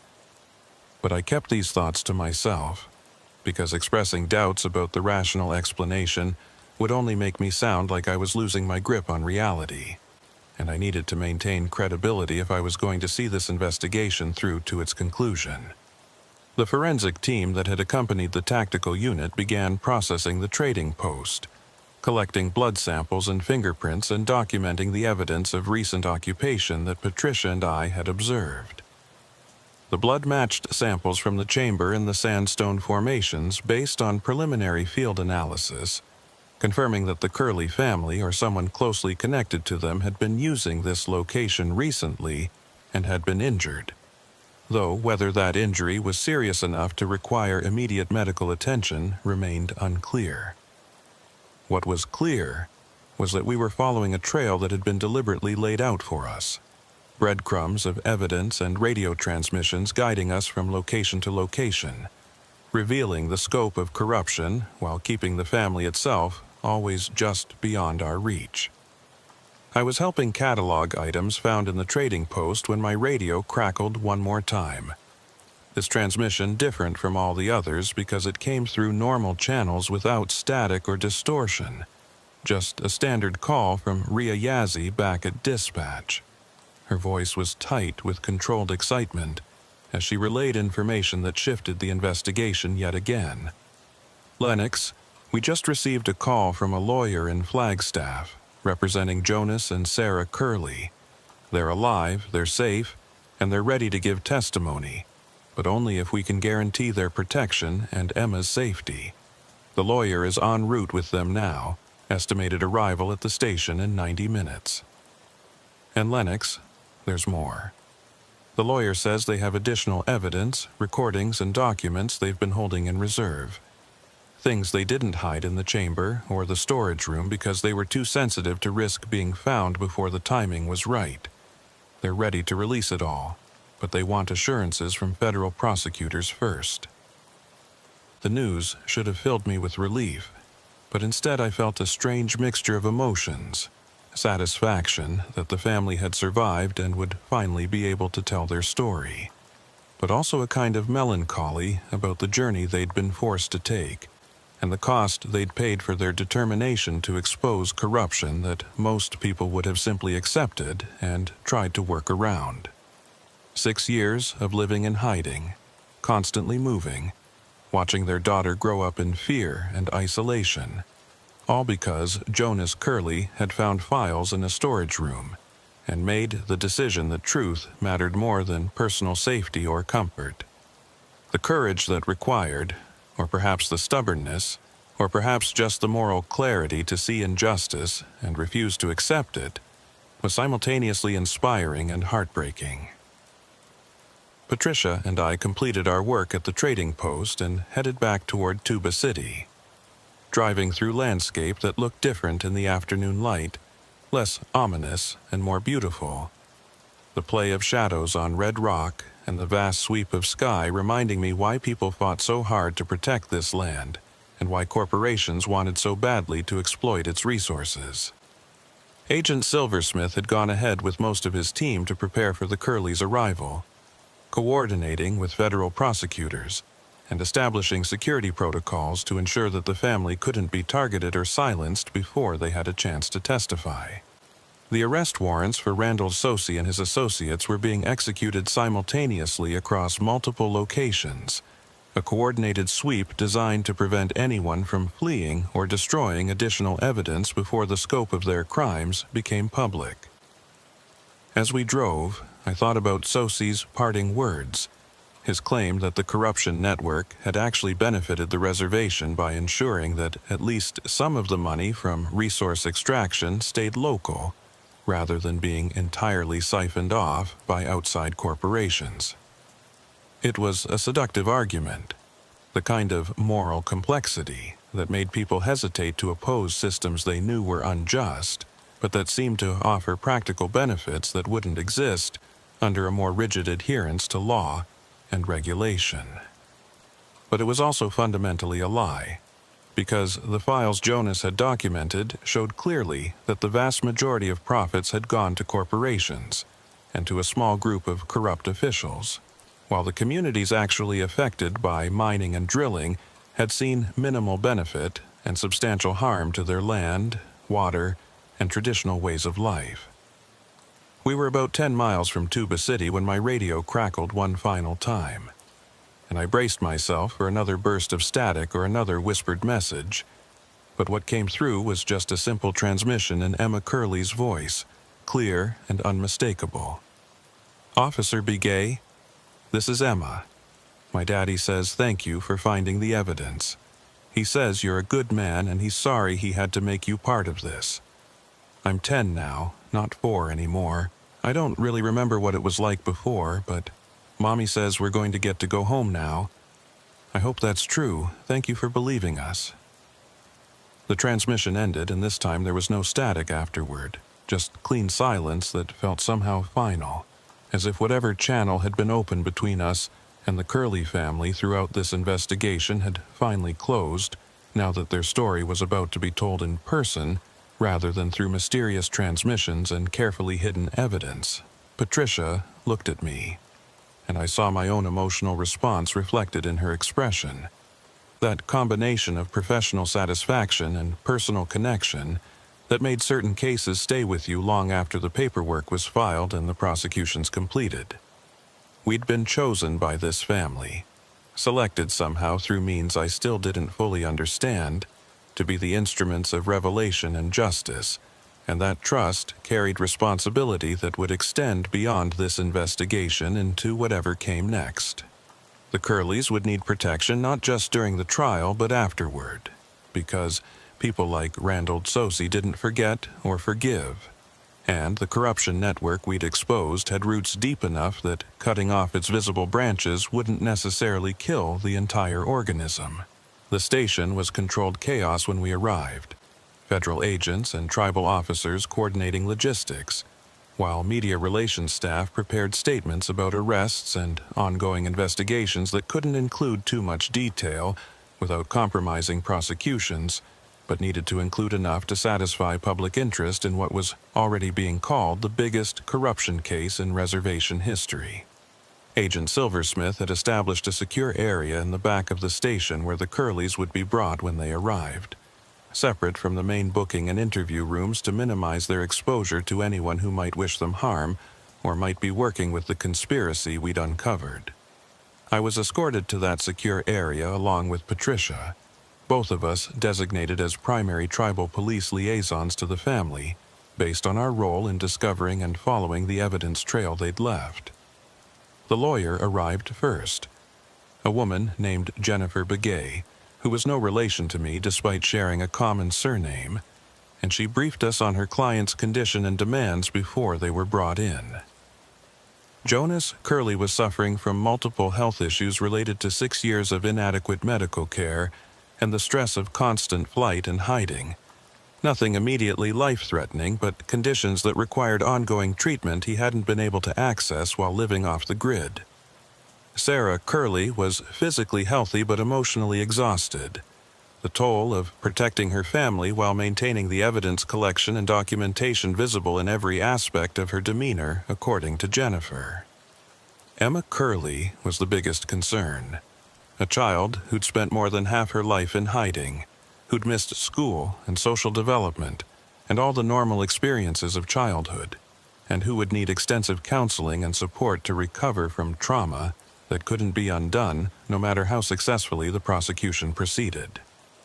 When the family finally entered the secure area, escorted by federal marshals who'd picked them up from a location Jennifer wouldn't disclose, I was struck by how ordinary they looked. Just a tired family who could have been any of the thousands of families living on the reservation, dealing with poverty and limited opportunities, and the grinding pressure of trying to survive in circumstances that offered few easy paths forward. Jonas looked older than his photographs, gray-haired and thin in a way that suggested recent weight loss or chronic illness, but his eyes were sharp and focused when they met mine, recognizing me somehow despite us never having met before. Sarah was holding Emma's hand, and the girl was exactly what you'd expect from a 10-year-old who'd been through incomprehensible stress, quiet and watchful and carrying herself with a caution that should have been unnecessary at her age, but that had probably kept her alive during the years her family had spent evading people who would have killed them without hesitation. Jonas spoke first, his voice carrying the hoarse quality of someone who wasn't accustomed to speaking freely or loudly. "Officer Begay, I know this has been confusing. The way we left evidence and the radio transmissions and everything else. We didn't have a choice about any of it. Once we found those files and realized what they documented, once we understood that people we'd trusted were willing to kill to protect their corruption, we couldn't just walk into a police station and file a report. We had to assume that the network had reach into every level of authority, that turning to the wrong person would get us killed before we could expose what we'd found.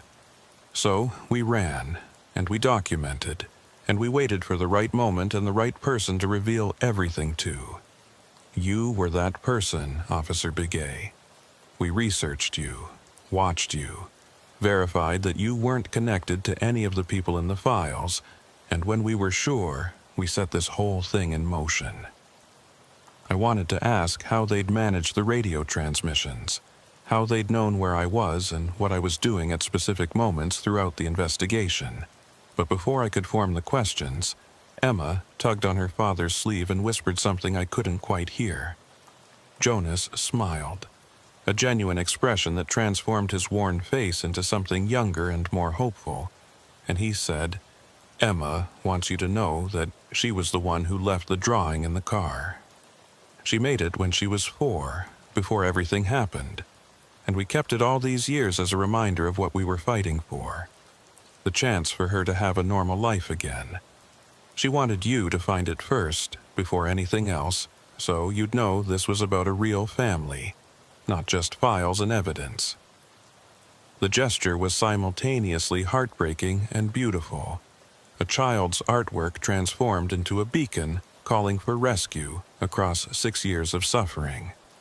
The testimony began the following morning in a federal courthouse in Flagstaff, where Jonas and Sarah Curley spent 8 hours walking prosecutors through the evidence they'd compiled over 6 years of living in shadows.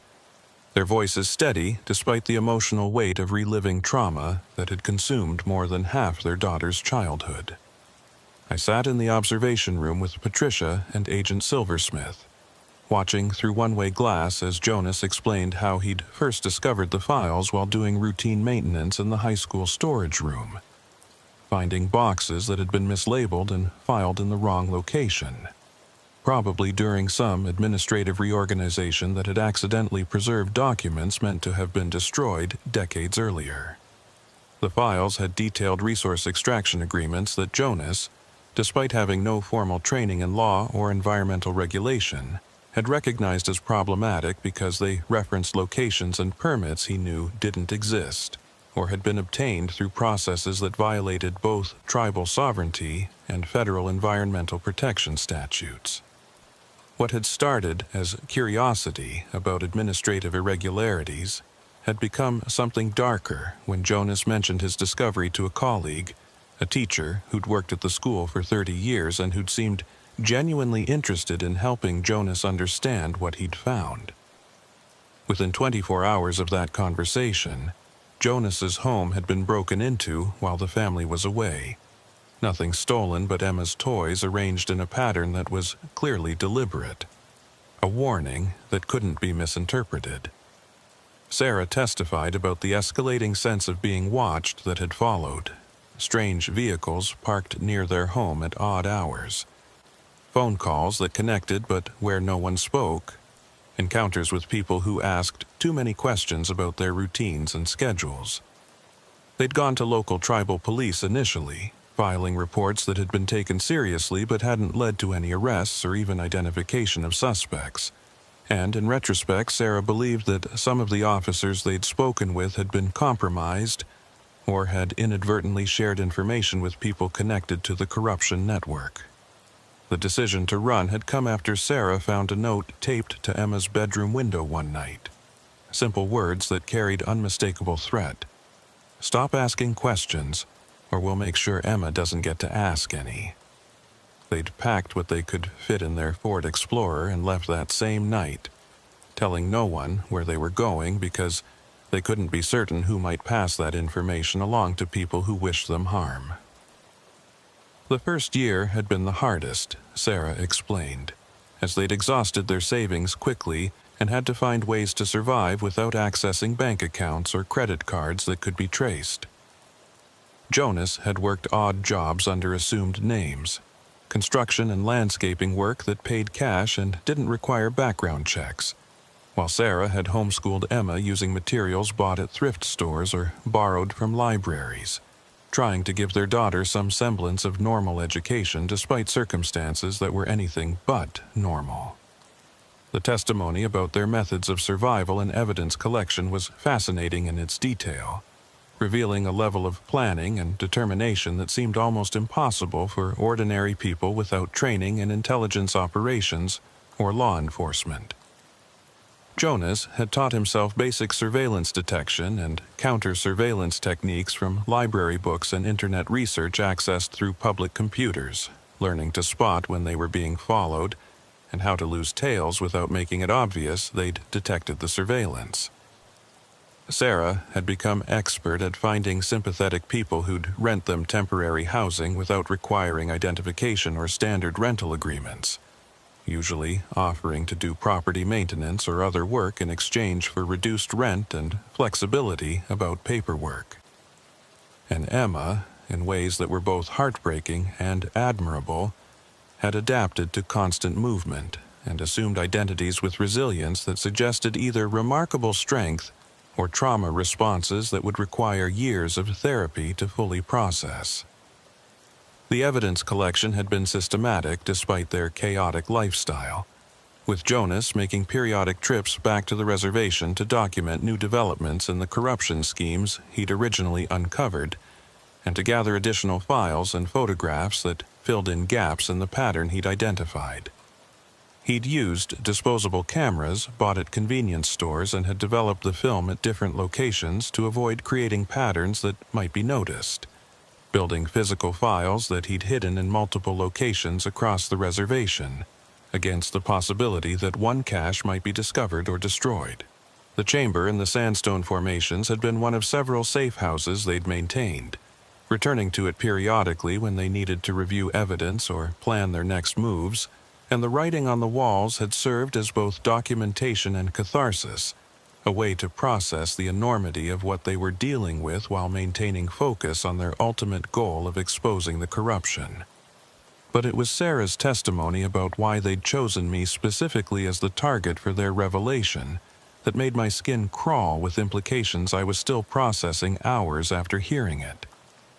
She explained that they'd spent more than a year researching tribal police officers, looking for someone who met specific criteria they'd developed, relatively new to the force, so less likely to have been corrupted or compromised. No family connections to anyone named in the files Jonas had discovered. A reputation for honesty and thoroughness based on public records and conversations Sarah had carefully conducted with people who'd interacted with various officers. My name had emerged from that research as their best option, and they'd spent months studying my patterns and routines, learning where I lived and worked, what cases I'd handled and how I'd approached them, building a profile that convinced them I was trustworthy and capable of understanding what they needed to reveal. The disturbing part, the detail that Sarah delivered with apologetic hesitation, was that they'd been watching me for more than 6 months before they'd finally executed their plan to draw me into the investigation.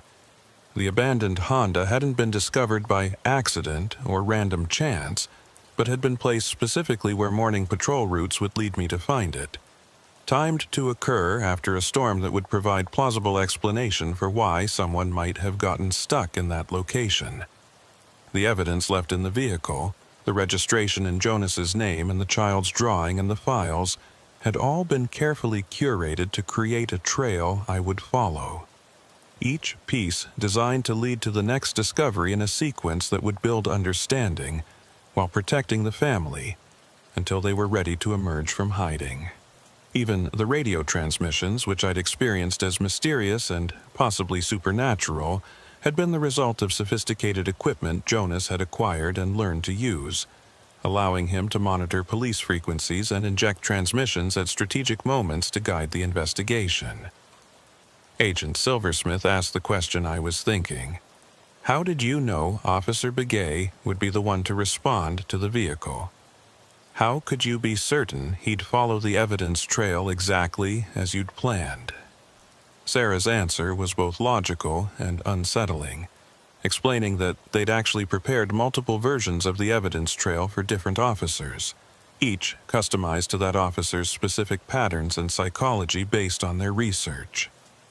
The version I'd encountered had been designed for me, but if Patricia Littlecrow or one of the other officers they'd profiled had been the first responder, they would have found a different sequence of clues calibrated to their particular strengths and tendencies.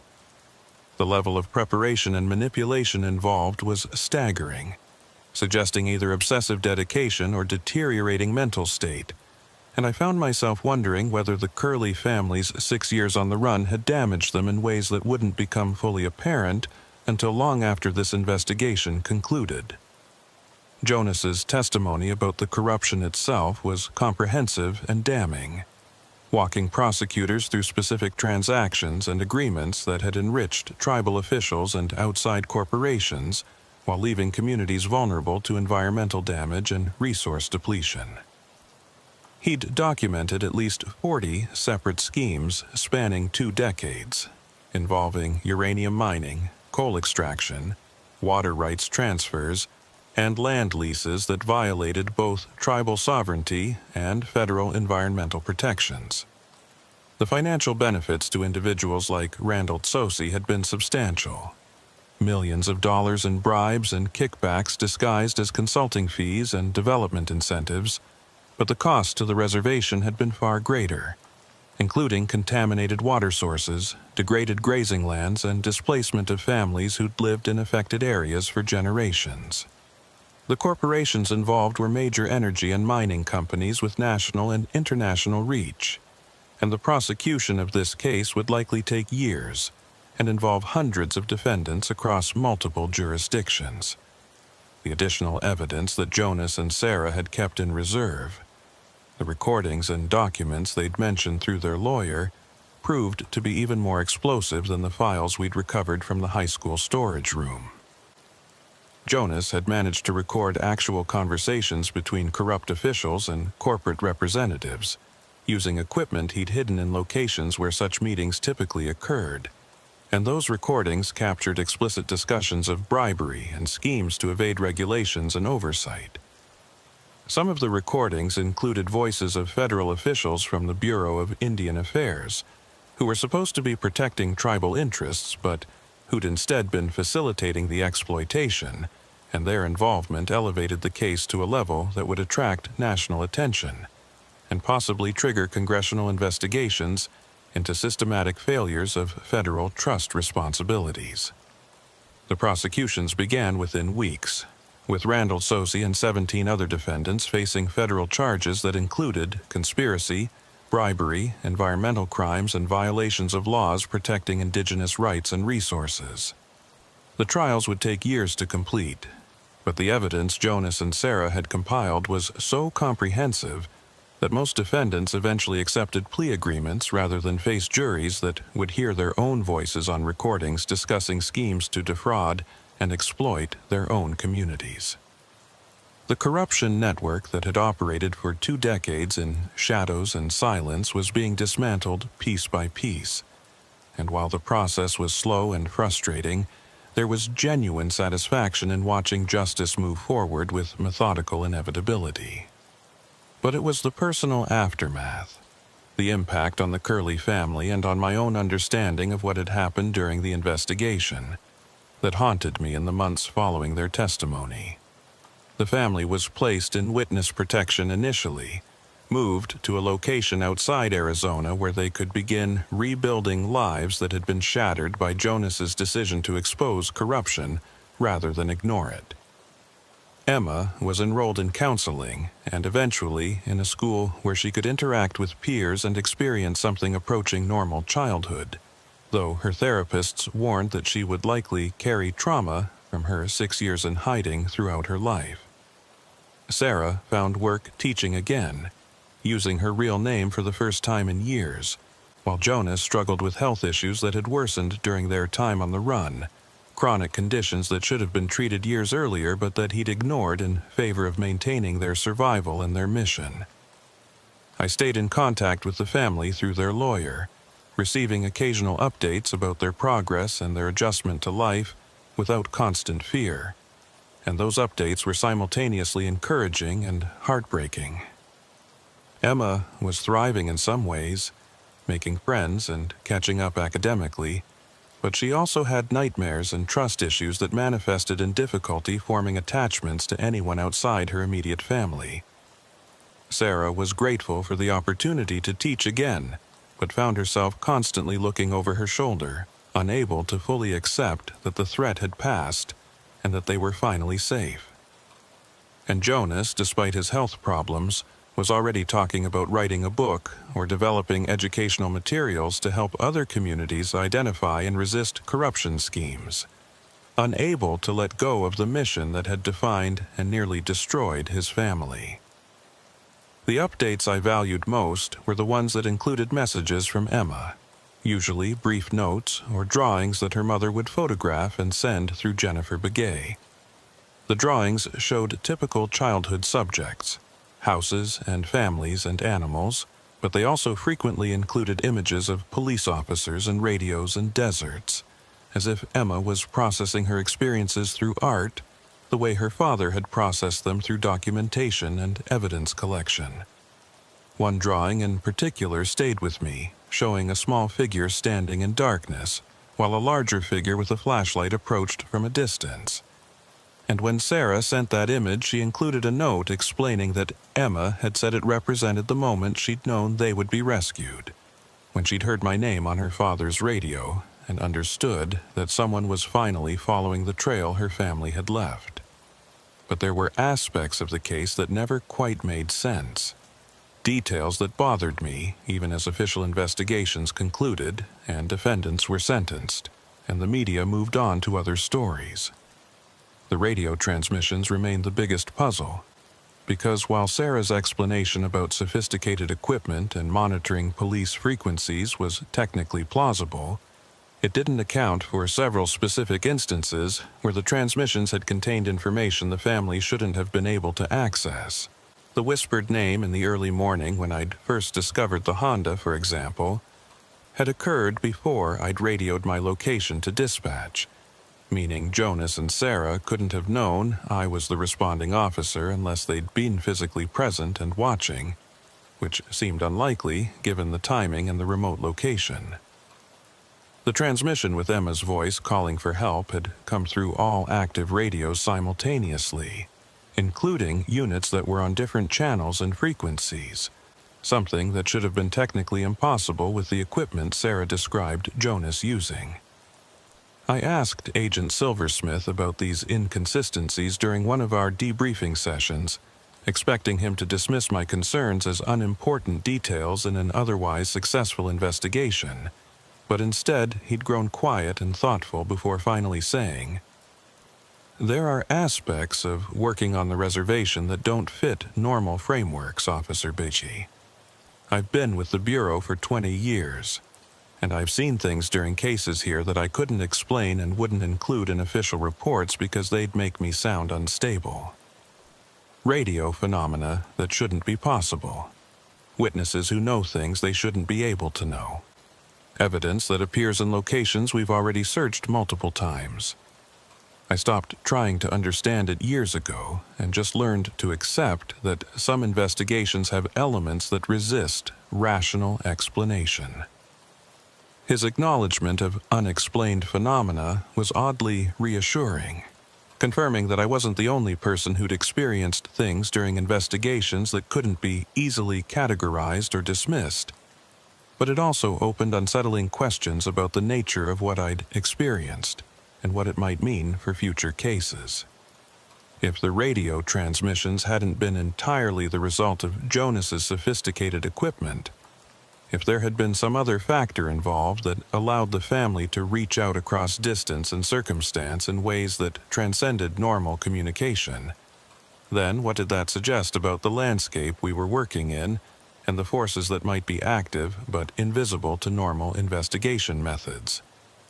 I didn't have answers, and increasingly I suspected there weren't answers, at least not ones that would fit into official reports or courtroom testimony.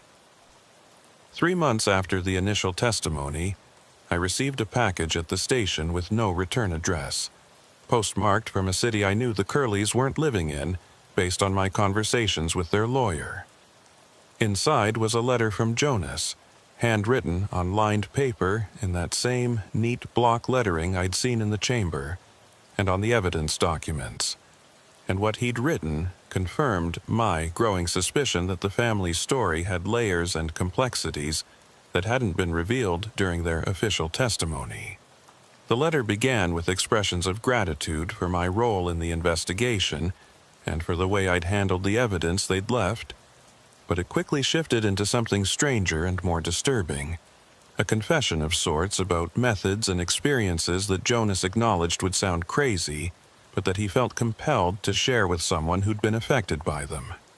According to the letter, the decision to use radio transmissions as a method of communication and guidance hadn't been Jonas's idea originally, but had emerged from experiences the family had during their first year on the run, when they'd been living in the chamber in the sandstone formations, and dealing with isolation and fear that had pushed them to the edge of psychological breakdown. Emma had started hearing voices during that period, whispering presences that she'd insisted were trying to help the family. And while Jonas and Sarah had initially dismissed this as either imagination or trauma response, they'd gradually come to recognize that Emma's voices often provided information or warnings that proved accurate even though there was no rational way the child could have known what she was reporting. The voices had told Emma about patrol patterns and safe routes and locations where evidence could be hidden, and over time, the family had learned to trust these whispers even as they struggled to understand or explain them. Jonas wrote that he'd eventually attempted to communicate with whatever was providing information to Emma, using radio equipment he'd acquired specifically for that purpose, and he'd discovered that certain frequencies and locations seemed to facilitate connection with something he described as the land's memory, or the voices beneath, entities or forces that existed in the landscape itself, and that had awareness of events and people moving across the reservation. The radio transmissions I'd received hadn't been solely the result of Jonas broadcasting from hidden locations, but had been collaborative communications, with Jonas providing the technical means and intention, while something else provided the reach and timing that had made the transmission so uncannily appropriate to specific moments in the investigation. He acknowledged this sounded insane, that he wouldn't have believed it himself if he hadn't experienced it directly. But he felt compelled to share the truth with me because I'd been affected by these forces and deserved to understand what had been involved in guiding me through the evidence trail. The letter continued with Jonas explaining that he'd debated whether to include this information in his official testimony, but had ultimately decided that prosecutors and federal agents wouldn't be receptive to claims about supernatural or paranormal assistance in evidence collection, and that including such claims might undermine the credibility of the case and allow defendants to argue that the entire investigation was based on delusion rather than solid detective work.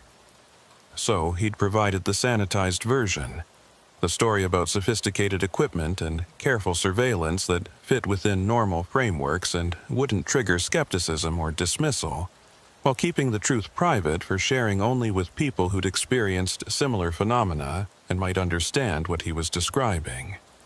He wrote that Agent Silversmith was one such person, someone who'd encountered enough unexplained events during reservation cases that he'd stopped trying to fit everything into rational categories. And Jonas believed I might be another based on my willingness to follow evidence that led into increasingly strange territory. The letter ended with a warning that disturbed me more than any of the supernatural claims Jonas had made. A statement that the corruption network we'd exposed and prosecuted was only one layer of a much deeper problem, and that forces beyond normal human greed and exploitation were active on the reservation in ways that most people never perceived or confronted. Jonas wrote that during his years of hiding and evidence collection, he'd encountered patterns suggesting that some of the resource extraction schemes weren't being driven solely by corporate profit motives, but by something older and more primal. Entities or intelligences that fed on disruption and destruction, and that influenced human actors to serve purposes those humans didn't fully understand.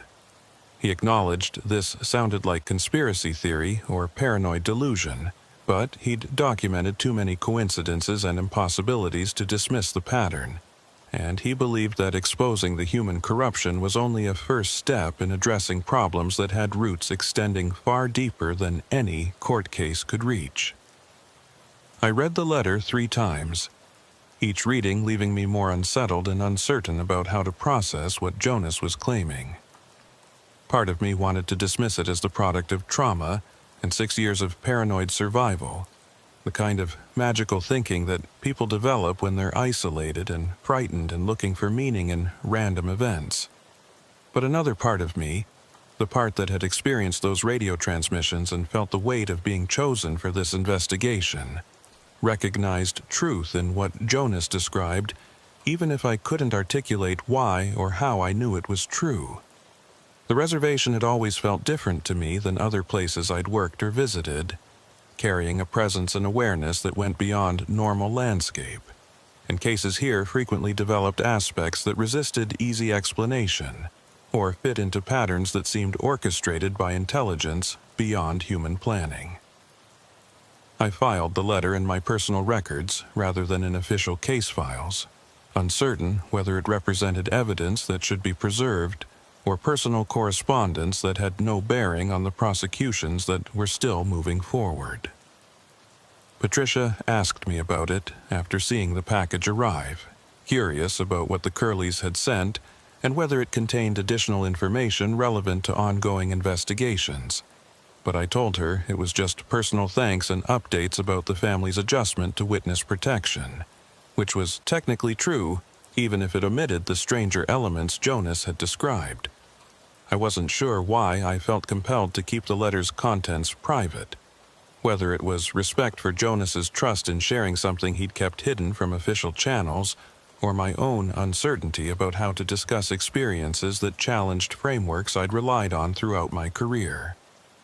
The prosecutions continued for another 2 years, with most defendants accepting plea agreements that resulted in substantial prison sentences and financial penalties that would bankrupt some of the individuals and corporations involved. Randall Sozi received a 15-year federal sentence for conspiracy and bribery, and he would likely die in prison given his age and health conditions, a fate that seemed simultaneously appropriate and insufficient given the scope of harm his corruption had enabled. The environmental damage to reservation lands would take decades to remediate, and some of it would be permanent. Aquifers contaminated beyond recovery, and sacred sites destroyed by mining operations that should never have been approved. The financial costs were staggering, but the cultural and spiritual costs were incalculable, measured in lost traditions and displaced families and relationships with land that had been severed or damaged beyond repair.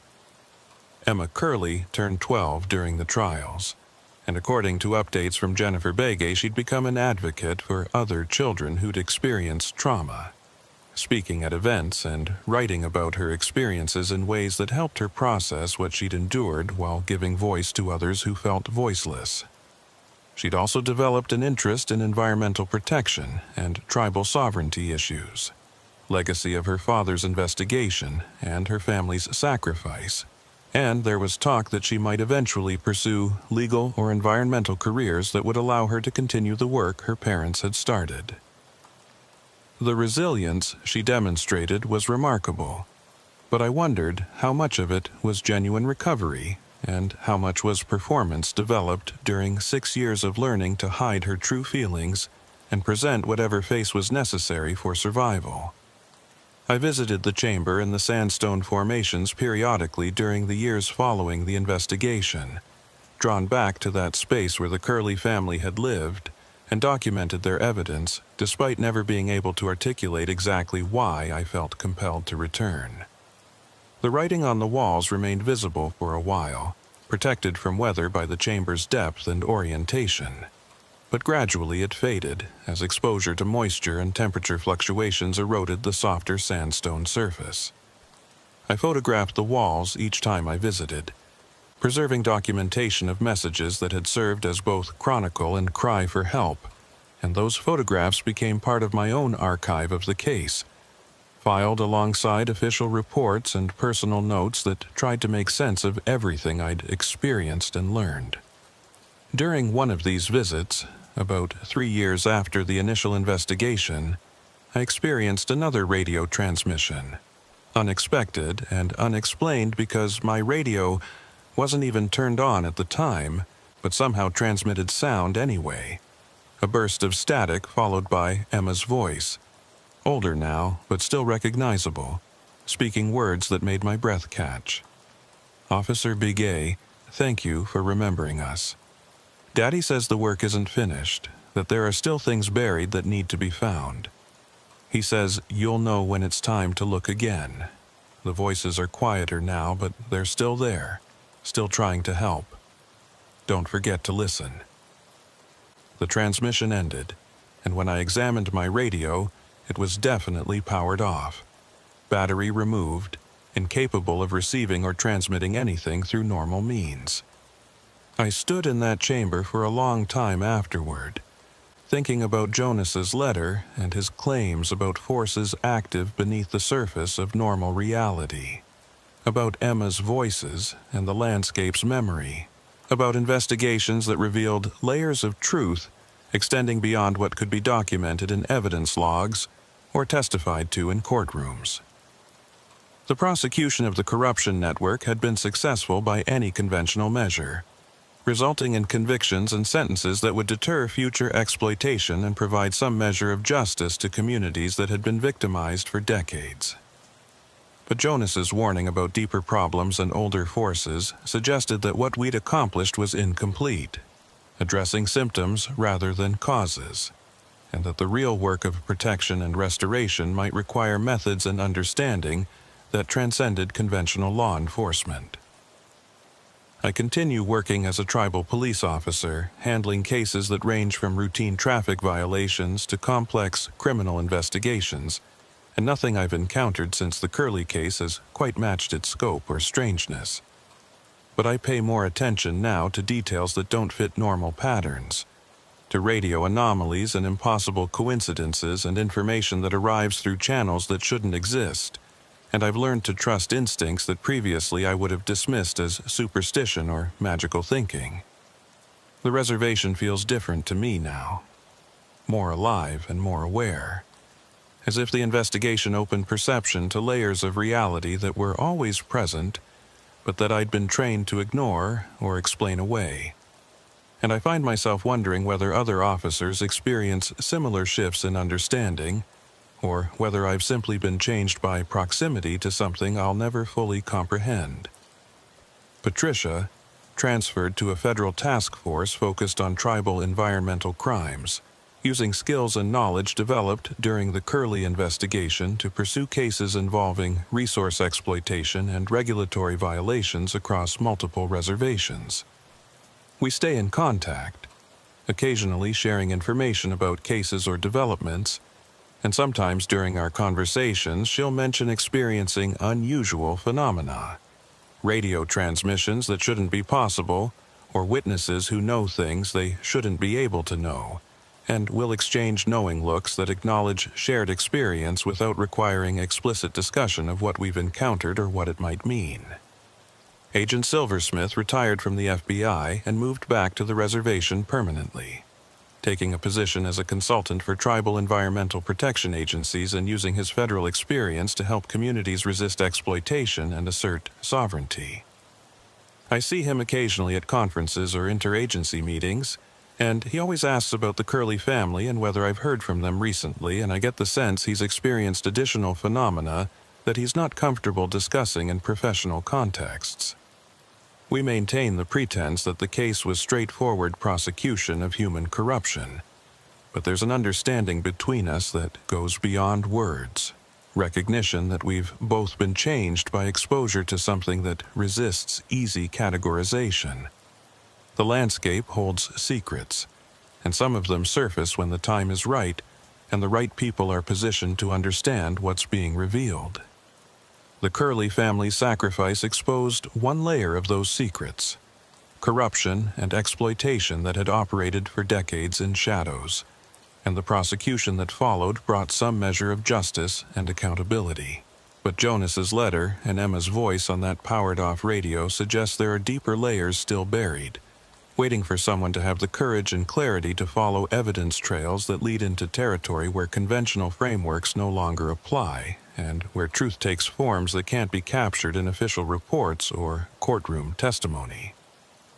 I keep the photographs from the chamber, and I keep Jonas's letter, and I keep my radio tuned to frequencies that sometimes carry whispers from sources I can't identify but have learned to trust. The work continues. Investigations into corruption and crime that follow normal procedures and generate normal documentation. But beneath that official work, I maintain awareness of patterns and possibilities that exist in margins and shadows, listening for voices that speak from depths the surface world pretends don't exist. Emma Curly heard those voices when she was 4 years old and living in darkness, and they guided her family through 6 years of survival and evidence collection, and they continue to whisper warnings and guidance to those willing to listen and act on information that arrives through impossible channels.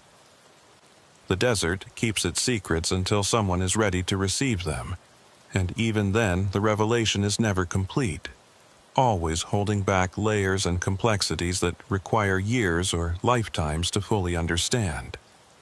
I thought I was investigating an abandoned vehicle and a cold case disappearance, but what I discovered was evidence of systematic corruption and human courage and forces that operate beneath the surface of what we call reality, shaping events and influencing outcomes through means that resist scientific explanation or rational categorization.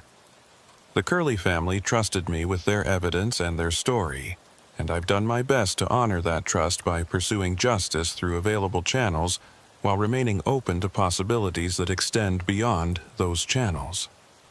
But late at night, when I'm alone in the desert on patrol, when the radio occasionally crackles with static and whispers that shouldn't be there, I wonder about the voices Emma heard and the forces Jonas tried to describe in his letter. I wonder about what lies beneath the corruption we prosecuted, about older intelligences and deeper purposes that use human actors for ends those actors don't comprehend. And I wonder whether the work of protection and justice can ever be complete when the threats we face extend into dimensions we barely acknowledge and don't understand. The questions haunt me, and they'll likely haunt me for whatever remains of my career and life, because once you've heard those whispers and followed evidence trails that lead beyond normal boundaries, you can never quite return to comfortable certainties about what's real and what's possible. The Curley family is safe now, living under new identities and locations I'm not permitted to know, and Emma is growing into a young woman who'll carry scars and strength in equal measure from her childhood spent in hiding. Jonas's health continues to decline, the cost of 6 years without proper medical care compounding with age and stress. But he remains focused on education and advocacy, trying to help other communities avoid the exploitation his family suffered and exposed. Sarah teaches and heals, processing trauma through connection with students and the routine of normal life that was denied her for so long. They're survivors, all 3 of them, and the testimony they provided has already prevented similar corruption in other jurisdictions where officials saw what happened here and decided the risks weren't worth the rewards. But I can't shake the feeling that their story isn't finished, that the radio transmission I received in the chamber 3 years later was a promise or a warning about future revelations still waiting to surface. The work isn't finished, Emma's voice had said. There are still things buried that need to be found. I don't know what those things might be or when they'll demand attention, but I know I'll be watching and listening, maintaining awareness of patterns and anomalies that might signal the next investigation, the next trail of evidence left by people or forces trying to expose truth that powerful interests want kept hidden. The reservation stretches out beneath vast skies, beautiful and harsh, and holding histories that extend back thousands of years before European contact brought systems of exploitation and corruption that continue to this day in evolved forms. The land remembers, and sometimes it speaks, and those willing to listen might hear warnings or guidance that arrives through channels official training says don't exist, but that experience proves are real and powerful.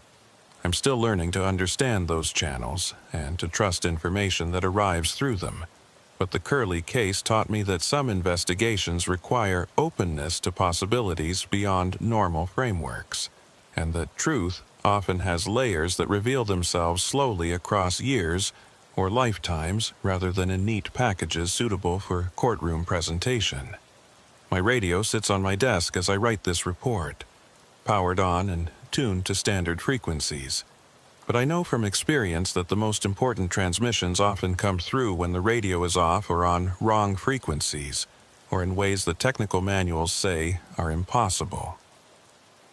I keep it close anyway, a tool and a reminder that communication happens through multiple channels simultaneously, some official and documented, and others operating beneath the surface where forces older than human institutions maintain awareness and occasionally intervene when the balance tips too far toward exploitation and harm.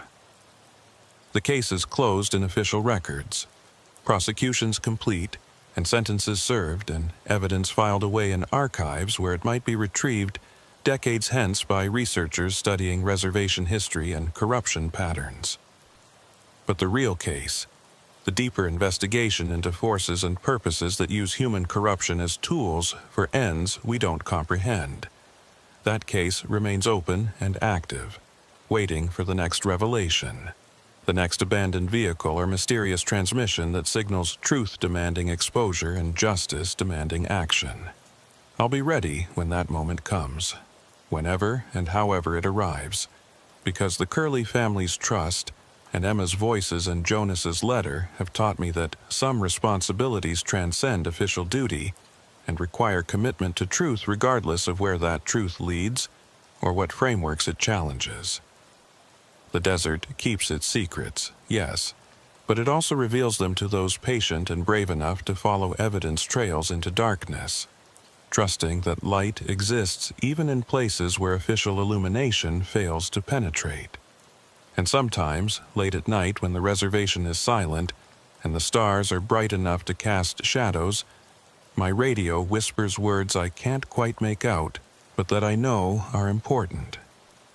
Voices from depths and distances trying to guide or warn or simply acknowledge that the work continues and that others are listening too, maintaining vigil across the landscape where corruption and courage and forces beyond naming engage in struggles that shape reality in ways official history will never record, but that determine everything nonetheless.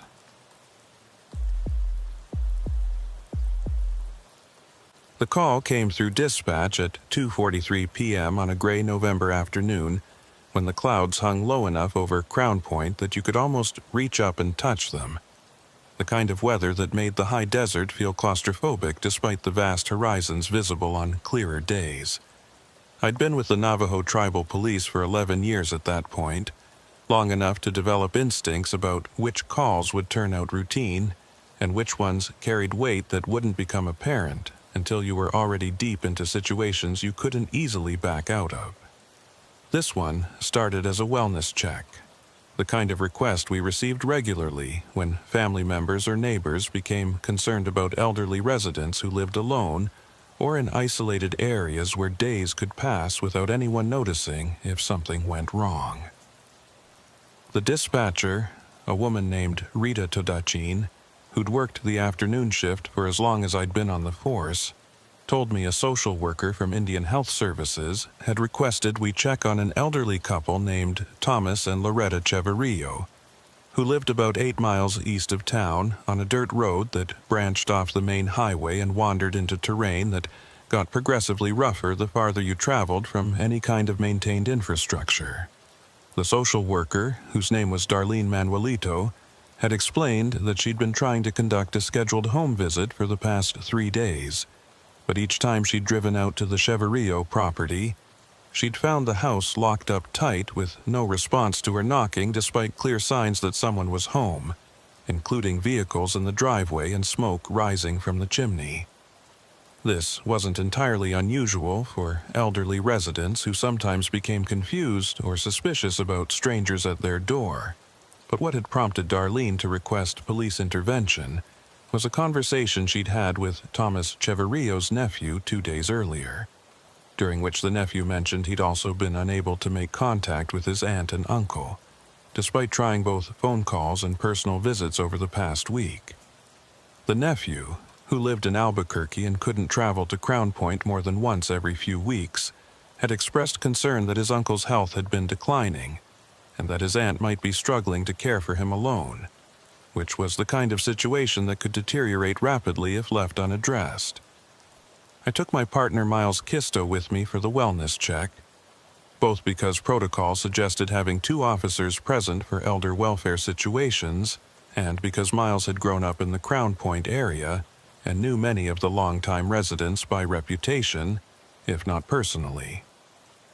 Miles was in his late 20s, about 15 years younger than I was, but he had good instincts and a calm demeanor that worked well for dealing with situations that required patience rather than force. We drove out to the Cheverillo property in my patrol vehicle, following directions Rita had provided based on the address in the system, and as we turned off the main highway onto the dirt road, I noticed immediately what Darlene had mentioned about the terrain becoming rougher the farther we went. The road was barely maintained, more of a track worn into the earth by decades of vehicle passage than any kind of engineered surface, and it wound through landscape dominated by scrubland and arroyos that would become impassable during heavy rain, but that were currently just dry channels cutting across terrain that seemed designed to hide rather than reveal human habitation. The Cheverillo house came into view after about 20 minutes of driving, a traditional adobe structure that looked like it had been built sometime in the 1960s or 70s based on the style and materials, surrounded by a chain-link fence that enclosed maybe half an acre of yard space where a few scraggly trees struggled to maintain foliage despite the high desert conditions. 2 vehicles were parked in the driveway, an old Ford pickup truck that looked like it dated from the 1980s, and a slightly newer sedan that might have been from the early 2000s, both covered in a layer of dust that suggested they hadn't been driven recently. Smoke was indeed rising from the chimney, thin and steady, indicating someone had maintained a fire within the past few hours, and as Miles and I approached the property on foot after parking near the gate, I could see curtains moving slightly in one window as if someone inside had noticed our arrival and was watching to see what we would do. I called out as we approached the front door, identifying myself and Miles as tribal police officers conducting a wellness check at the request of Indian Health Services, keeping my voice friendly and non-threatening because the last thing we needed was to alarm elderly residents who might already be confused or frightened by the attention they'd been receiving. No response came from inside the house. Just that continued sense of being watched from behind curtains that didn't quite close all the way. Miles tried the door, finding it locked as Darlene had reported, and when he knocked loudly enough that anyone inside should have heard clearly, we waited a full minute without receiving any acknowledgement.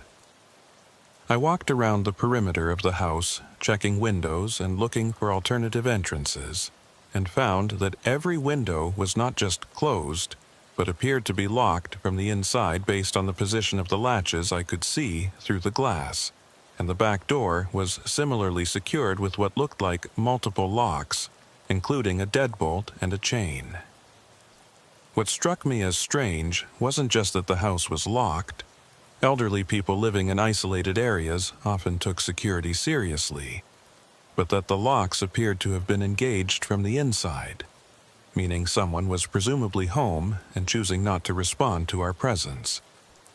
I returned to the front door and knocked again, this time announcing more firmly that we were concerned for the residents' welfare and needed to verify that Thomas and Loretta Cheverio were safe and not in need of medical assistance.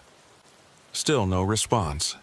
Just that oppressive silence broken only by the wind moving through the sparse vegetation around the property. Miles suggested we might need to force entry if we couldn't establish contact, which was within our authority for wellness checks where there was reasonable concern that someone might be injured or incapacitated.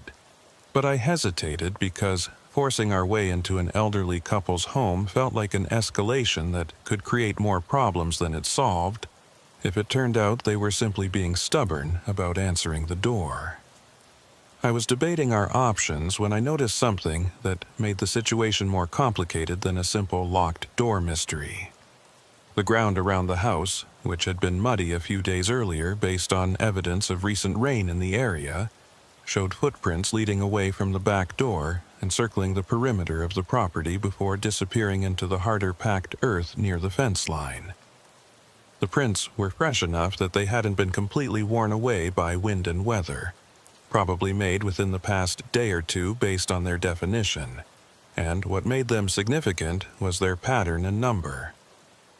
There were at least 3 different sets of prints based on the varying sizes and tread patterns I could identify, suggesting multiple people had been walking around the outside of the house recently, and the way the prints circled and overlapped suggested they'd been conducting some kind of surveillance or perimeter check rather than just arriving and leaving through normal approaches.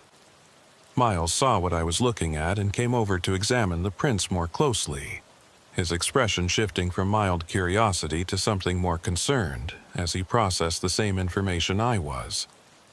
"That's not normal," he said quietly, voicing what we were both thinking. If the Cheverios have been locked inside their house and not responding to visitors, why would there be fresh footprints all around the property from multiple people? The obvious answer was that someone other than the Cheverios had been here recently, moving around the house in a pattern that suggested they were looking for something or monitoring the property, and that raised questions about whether this was still a simple wellness check or had become something more complicated involving potential threats to the elderly couple inside. I radioed back to dispatch to request backup, and to run a check on any recent calls or reports involving the Cheverillo property, while Miles continued examining the footprints to see if he could determine anything else about their origin or purpose. Rita came back after a few minutes with information that added another layer of strangeness to the situation. According to her records, there had been no calls or reports involving the Cheverillo address in the past 6 months, which wasn't particularly unusual for a remote property. But when she'd contacted the nephew in Albuquerque to let him know we were conducting the wellness check, he'd mentioned something he hadn't told the social worker earlier. Apparently, Thomas Cheverillo had called his nephew about 2 weeks ago, speaking in what the nephew described as a confused and agitated manner, claiming that people were watching the house at night and that he'd seen figures moving in his yard when he looked out windows after dark. The nephew had assumed this was either paranoia related to his uncle's declining health or possibly early signs of dementia, and he'd planned to visit the following weekend to assess the situation. But work obligations had prevented him from making the trip until several days later, by which point he'd found the house locked and unresponsive just as we had. The nephew had checked with neighbors, the few who existed in this sparsely populated area, but no one had noticed anything unusual at the Cheverillo property, and the general consensus had been that Thomas was probably just getting forgetful, and that Loretta was taking care of things as best she could. But the presence of these footprints suggested that Thomas's claims about being watched might not have been paranoid delusion, but accurate observation of genuine surveillance, and that transformed this wellness check into a potential home invasion or stalking situation that required a different tactical approach. Backup arrived in the form of Officer Patricia Littlecrow, who I'd worked with on previous cases and whose experience with elder welfare situations made her a valuable addition to our response. I briefed her on what we'd found, the locked doors and fresh footprints, and the nephew's report of Thomas claiming to be watched, and together the three of us decided we had sufficient cause to force entry to verify the occupant's safety. Miles retrieved the entry tools from his vehicle while Patricia and I positioned ourselves at the front door, weapons holstered but accessible, calling out one more time that we were entering the premises to conduct a welfare check and that the occupants should make themselves known if they were able.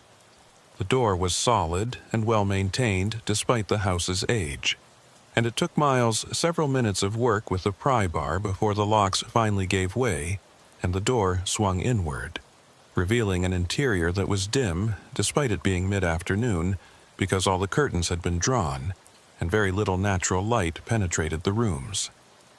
The smell hit us immediately, not the overwhelming stench of death that would have indicated bodies had been present for days, but something subtler and more disturbing, a combination of wood smoke and what might have been sage or other herbs burning, along with an underlying mustiness that suggested the house hadn't been properly aired out in quite some time.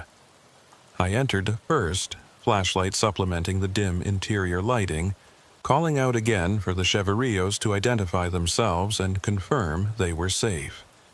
The living room showed signs of recent occupation, a fire burning low in the fireplace, and what looked like a meal's worth of dishes sitting on a coffee table. But no people were immediately visible.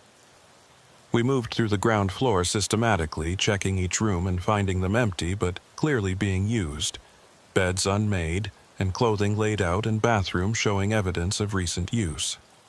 It was as if the occupants had simply vanished moments before our arrival, except that we'd been watching the house continuously and hadn't seen anyone leave, and the locked doors from the inside meant that, unless there was some hidden exit we hadn't discovered, the Cheverillos should still be somewhere in the structure. Patricia found the basement door in the kitchen, a heavy wooden panel that opened onto steep stairs descending into darkness that our flashlights couldn't fully penetrate.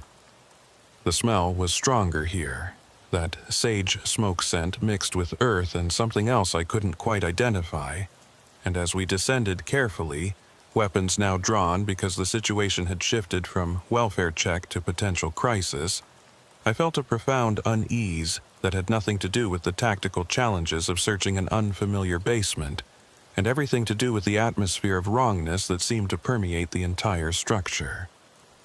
The basement was unfinished, just bare earth floor and stone foundation walls, and in the beam of my flashlight I could see evidence of recent activity, disturbed earth in several locations, and what looked like offerings or ritual items arranged on makeshift shelves carved into the walls. At the far end of the basement, barely visible in the shadows, we found them. Thomas and Loretta Cheverillo were sitting on the floor with their backs against the wall, both appearing conscious and watching us with expressions that mixed fear and relief in equal measure. Thomas looked to be in his late 70s or early 80s, thin and weathered with gray hair pulled back in a traditional manner, while Loretta appeared slightly younger and healthier, though still showing the signs of age and stress that came from living in harsh conditions with limited resources. Neither spoke when we called out to them, and as we approached carefully, I noticed that Thomas was holding what looked like a ceremonial item, possibly a medicine bundle based on the way it was wrapped and decorated, and that both he and his wife seemed to be positioned as if they'd been conducting some kind of ritual or seeking protection rather than hiding from intruders. "Mr. Cheverillo, Mrs. Cheverillo," I said gently, keeping my weapon pointed down now that it was clear they weren't a threat and we weren't dealing with an active home invasion. "We're tribal police, here to check on your welfare. Your nephew and the social worker were concerned because they couldn't reach you. Are you both okay? Do either of you need medical attention?" Thomas looked at his wife, and some silent communication passed between them before he finally spoke, his voice hoarse and uncertain. "We couldn't let them in, the ones who watch. We had to stay inside, keep the doors locked. They come at night, officer. They walk around the house looking in windows, trying the doors. We hear them whispering, but we can't understand the words. It's been going on for weeks now." His words confirmed the nephew's report, but raised more questions than they answered, because if someone had been genuinely harassing this elderly couple to the point where they'd lock themselves in their basement and refuse to answer their door, even to concerned family members and authorities, we were dealing with a serious stalking or intimidation situation that required immediate investigation and intervention. But something about the way Thomas spoke, the certainty in his voice when he mentioned the ones who watch, suggested he believed the threat was something beyond normal human perpetrators, and that complicated our response because we couldn't investigate supernatural beliefs, but we also couldn't dismiss genuine fear that was affecting these people's ability to live safely in their own home. Patricia knelt down next to Loretta, speaking quietly to assess her physical and mental state, while Miles and I helped Thomas to his feet and guided him toward the stairs. Both seemed weak from what was probably inadequate food and water intake over the past several days, and there were signs of dehydration and possibly hypothermia from spending extended periods in an unheated basement. We got them upstairs to the warmer living room and called for an ambulance to transport them to the IHS clinic for evaluation, while I began the process of documenting the scene and trying to understand what had actually been happening at this property over the past weeks. The footprints outside were real, that much was certain, and they indicated that people had been circling the house recently enough that the prints hadn't been erased by weather. But whether those people were the ones who watch that Thomas feared, or whether they were concerned neighbors or family members trying to check on the couple, or whether they were something else entirely, I couldn't determine from the evidence available at the scene. What I could determine was that Thomas and Loretta Cheverillo had been genuinely terrified, had spent days locked in their basement conducting what appeared to be protective rituals, and had only emerged when forced entry by police made remaining hidden no longer viable. As we waited for the ambulance, I examined the ritual items Thomas had been holding, photographing them but not disturbing them because I wasn't sure what cultural significance they might have and didn't want to violate any protocols I wasn't aware of. The items included what looked like sage and cedar bundled together, stones with markings I didn't recognize, but that might have been traditional symbols, and a small pouch containing substances I couldn't identify without chemical analysis. Thomas watched me document these items with an expression that suggested both protectiveness and resignation. And when I asked him about their purpose, he said quietly, "Protection, against the ones who shouldn't be walking. They're not from here, officer, not from the world we see in daylight. They come from beneath, from places where things got buried that should have stayed buried." His words sent a chill through me that I tried to suppress because I needed to maintain professional objectivity and not get drawn into interpretations based on traditional beliefs that I didn't fully understand and couldn't investigate using normal law enforcement methods. But the conviction in his voice, the genuine terror that had driven this couple to lock themselves away and refuse help even from family members they trusted, suggested we were dealing with something more complex than simple paranoia or mental health crisis. Whether the threat was supernatural or human, or some combination of both, these people had experienced something that had fundamentally altered their sense of safety in their own home, and addressing that would require resources and understanding that went beyond basic wellness checks and evidence collection. The ambulance arrived, and the paramedics began assessing the Cheverio's condition, determining they needed hospitalization for dehydration and exposure, but that their lives weren't in immediate danger. As they were being loaded into the ambulance, Thomas grabbed my arm with surprising strength for someone in his weakened condition and pulled me close enough to whisper, "Don't stay here after dark, officer. The ones who watch, they don't show themselves in daylight. But when the sun goes down, you'll see. You'll understand why we couldn't open the door. Check the mud near the back fence. Look at the prints carefully. You'll see they don't belong to anything that should be walking on two legs." Thomas Cheverio's warning echoed in my mind as the ambulance pulled away, carrying the elderly couple toward the medical care they desperately needed after days of self-imposed isolation in their basement. Miles and Patricia were preparing to secure the house and return to the station. Assuming our work here was complete now that the wellness check had been resolved and the Cheverios were safe. But I couldn't shake the old man's final words about the footprints near the back fence and his insistence that they didn't belong to anything that should be walking on two legs. Professional training told me to dismiss this as the product of fear and possible cognitive decline. But 11 years of working on the reservation had taught me that dismissing things I didn't understand was often a mistake that led to incomplete investigations and unresolved situations that would resurface later with worse consequences. I told Miles and Patricia I wanted to examine the property more thoroughly before we left, documenting the footprints and checking the perimeter for any evidence that might explain who'd been circling the house and terrorizing the Cheverios to the point of hiding in their basement. Patricia needed to return to the station for another call, but Miles agreed to stay and help me process the scene, though I could see in his expression that he thought I was overthinking what was probably just a case of elderly people becoming paranoid about normal sounds and shadows that isolation and declining health had transformed into perceived threats.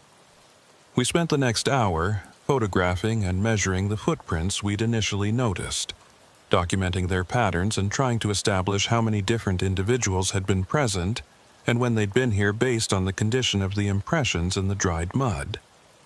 What we found was both more and less than I'd expected. More in terms of the sheer number of prints, suggesting this hadn't been a single incident, but multiple visits over an extended period, and less in terms of clarity because many of the prints were partial or degraded enough that getting detailed information about shoe size or tread pattern was difficult. But there were enough complete impressions to establish that at least 3 and possibly 4 different individuals had been walking around the Cheverio property, and the pattern of their movement suggested surveillance rather than casual approach, circling the house multiple times and pausing at windows and doors, as if checking for vulnerabilities or trying to see inside. Miles pointed out that the prints led both to and from the back fence, suggesting whoever made them had been entering and leaving the property from that direction, rather than using the main driveway. which supported the idea that this was deliberate intrusion rather than legitimate visitors. When we reached the back fence line where Thomas had specifically directed me to look, I understood immediately why the old man's warning had been so urgent, and why his description of the prints had been so unsettling. The impressions here were deeper and more complete than those closer to the house, preserved in a patch of mud that had remained softer longer because it was shaded by a cluster of juniper trees, and what they showed didn't match any footwear pattern I'd seen in 11 years of examining crime scenes and accident sites. The prints were roughly the size and shape of human feet, maybe size 10 or 11 men's boots based on the length and width, but the arrangement of the impression suggested something was fundamentally wrong with either the footwear or the feet making them.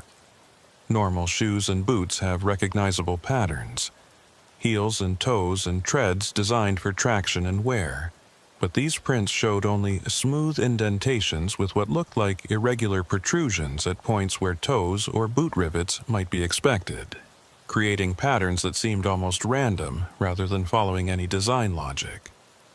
More disturbing was that some of the prints showed what appeared to be a dragging or scraping mark between steps, as if whoever or whatever was making them wasn't lifting their feet completely with each stride, but was partially shuffling or sliding across the ground in a manner that would be exhausting and inefficient for normal bipedal movement.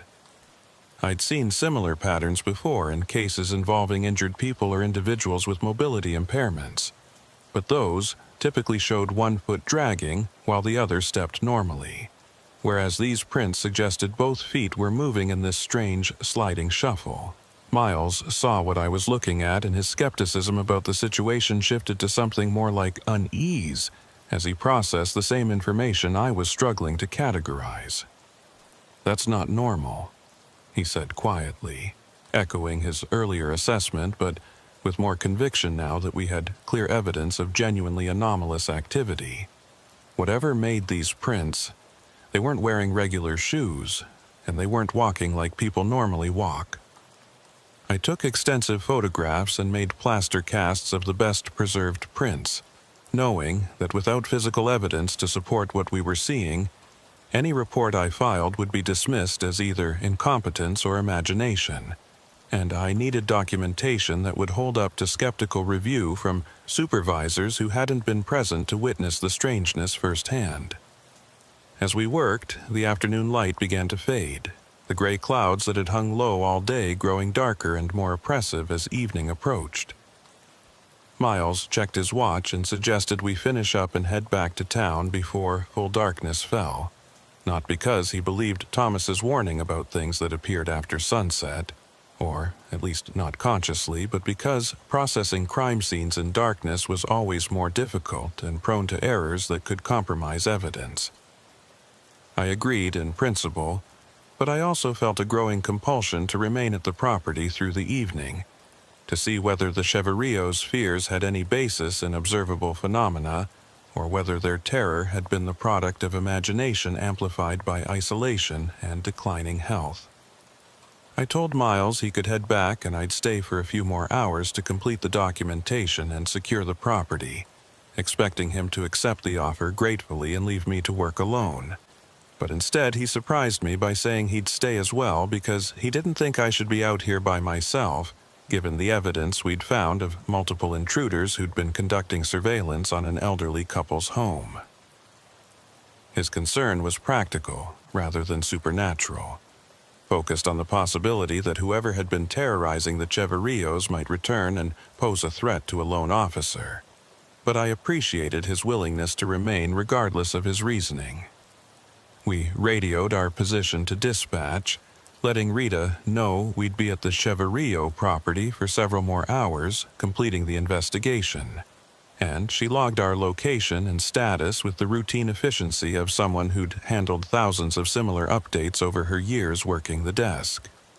We set up in the Cheverio living room with lights on and coffee brewing in their kitchen, maintaining professional protocols about not disturbing the scene more than necessary, but also making ourselves comfortable for what might be a long wait if anything was actually going to happen after dark.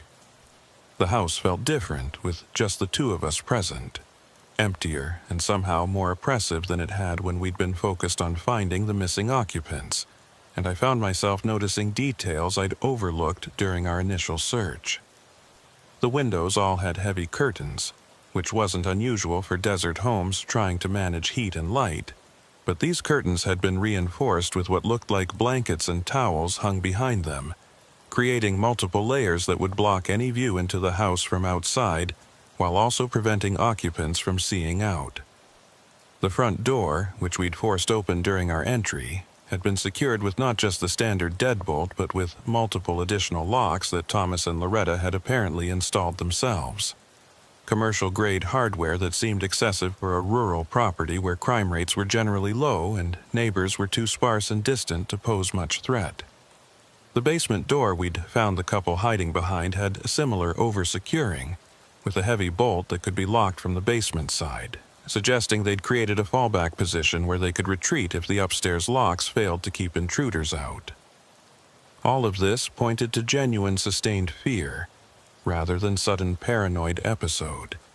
A defensive posture built up over time in response to perceived threats that had been serious enough to justify significant effort and expense to fortify against. As darkness fell completely, around 6 p.m., given the season and our location, I noticed the temperature inside the house dropping despite the fire we'd built up in the fireplace. Not dramatically, but enough that both Miles and I pulled our jackets tighter and moved closer to the heat source. The wind outside had picked up, creating sounds that could easily be mistaken for footsteps or voices if you were inclined toward that interpretation, and I found myself listening more intently than usual to the normal creaks and settling noises that old houses make. Miles was monitoring the windows, using his flashlight to periodically check the yard and perimeter, and about an hour after full darkness had fallen, he called me over to look at something he'd noticed near the back fence line. At first, I couldn't see what had caught his attention, just darkness and the vague shapes of trees and fence posts barely visible in the ambient light from our flashlights. But then movement caught my eye, subtle and low to the ground, like shadows sliding across the earth in patterns that didn't match the wind-driven movement of vegetation. I grabbed the thermal imaging scope from my equipment bag, a tool we used occasionally for search and rescue operations or tracking suspects at night, and when I aimed it toward where the movement had been, the screen showed heat signatures that made my breath catch. There were figures out there, at least 3 and possibly more based on the thermal patterns, moving along the fence line in that same sliding, shuffling gait that the footprints had suggested, and their heat signatures were wrong, colder than human body temperature should register, but warmer than ambient ground temperature, creating a visual pattern on the scope that looked like smeared or unfocused images, rather than the clear, human-shaped outlines I was accustomed to seeing. Miles looked through the scope after I offered it to him, and I watched his expression shift from curiosity to alarm as he processed what he was seeing. The confirmation that something was indeed out there, and that it wasn't moving or presenting the way people normally did. "What are they?" he asked quietly, though I had no answer that would make sense based on my training or experience. We watched through the scope as the figures continued their perimeter circuit, occasionally pausing at windows or doors, just as the footprint patterns had suggested. And during those pauses, I could almost convince myself I heard sounds. Not quite voices, but something that might have been attempts at communication. Whispers and scraping noises that could have been wind and branches, but that carried an intentional quality I couldn't rationally justify but couldn't dismiss. I made the decision to go outside and attempt contact, knowing this was probably foolish, but also knowing that sitting inside and watching through scopes wasn't going to provide the answers we needed about what was happening on this property, and why the Cheverrios had been so terrified they'd lock themselves in their basement rather than face whatever was out there. Miles tried to argue against it, suggesting we call for backup or wait until morning when visibility would be better, but I overruled him and we prepared to exit through the back door, weapons drawn and flashlights ready, treating this as we would any investigation of trespassers or potential threats on private property. The cold hit us immediately when we opened the door. Not the normal desert night chill, but something more penetrating and unnatural, as if we'd stepped into a freezer rather than just outside. Our breath fogged in the flashlight beams, and frost was forming on the ground despite temperatures that shouldn't support freezing conditions based on the weather forecast and seasonal norms for the area. The figures we'd seen through the thermal scope were no longer visible to normal sight, but I could feel their presence, that sense of being watched and evaluated that predators give off when they're deciding whether something is prey or threat. I called out, identifying myself as tribal police and demanding that anyone on the property reveal themselves immediately, and the response was silence followed by movement at the edge of our flashlight range. Shadows pulling back and retreating, but not disappearing completely. Miles moved to check the fence line while I covered him, and he called back after a moment that there were fresh prints in the frost. The same strange shuffle drag pattern we'd documented earlier, but now being made in real time by whatever was circling the property. As I moved to join him, something grabbed my ankle, not hard enough to pull me down, but with enough force to make me stumble and swing my flashlight down to see what had caught me. There was nothing visible in the beam, no hand or rope or natural obstruction, but I could feel pressure on my leg like fingers gripping through my pants, cold enough that it hurt even through the fabric. And when I jerked away, the pressure released, and I heard something that might have been laughter or might have been wind, but that sent primal fear racing through my nervous system regardless of what rational explanations might exist. Miles had his weapon raised and was scanning for targets, but there was nothing to aim at, just shadows and cold, and that continuing sense of presence without visible form. And we made the tactical decision to retreat back into the house because engaging with threats you couldn't see or properly identify was a good way to create friendly fire situations or waste ammunition on nothing. We backed toward the door, maintaining defensive positions and keeping our lights sweeping the area. And as we crossed the threshold back into the house, I saw them clearly for just a moment. Figures standing at the fence line watching us with postures that suggested human shape, but with proportions and movements that were fundamentally wrong. Too tall and too thin, and moving in that shuffling slide that no human joint structure should be able to sustain. The door slammed shut behind us, though neither of us had touched it, and the locks that we'd forced open during our initial entry suddenly engaged with loud clicks that echoed through the house like gunshots.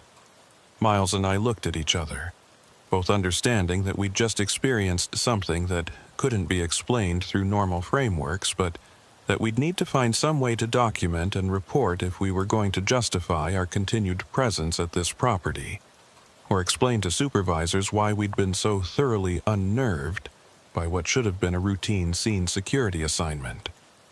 I checked my body camera and found that it had recorded our exit from the house and the moments immediately following, but the footage showed only darkness and our flashlight beams sweeping across empty yard. No figures at the fence line, and no visible cause for my stumbling or the door slamming shut. We spent the rest of the night inside with every light in the house turned on, and the fire built up high enough that the living room became uncomfortably warm, preferable to the unnatural cold we'd experienced outside. The sounds continued throughout the night, scratching at windows and doors, and what might have been whispers in a language I didn't recognize. And several times Miles and I both heard footsteps on the roof, heavy enough to be clearly audible, but not heavy enough to match human weight based on the way the old structure creaked and settled under the sound. I documented everything in my notebook, knowing that official reports would require sanitized versions that focused on evidence of trespassing and harassment rather than supernatural phenomena, but wanting to preserve the full experience while it was still fresh in memory. Dawn came as a relief, the gray light filtering through the reinforced curtains and the sounds outside gradually fading until we could convince ourselves they'd been products of imagination, amplified by darkness and isolation.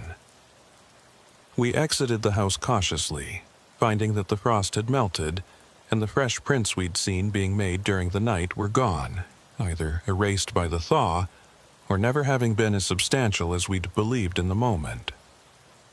The property in daylight looked entirely normal, just an aging house surrounded by high desert scrubland with nothing to suggest the terror we'd experienced during the dark hours, or the sustained harassment that had driven the Cheverillos to lock themselves in their basement. The investigation continued for another 2 weeks, with multiple officers conducting surveillance of the property during different hours and under different conditions, but none of them reported experiencing anything unusual beyond normal desert wildlife and weather phenomena. The Cheverillos recovered physically from their ordeal, but refused to return to their home, moving in with family in Albuquerque, and eventually selling the property to a developer who planned to renovate and resell it. I filed reports that documented the footprints and the evidence of sustained trespassing, recommending increased patrols in the area and suggesting that the new owners be advised about past security concerns.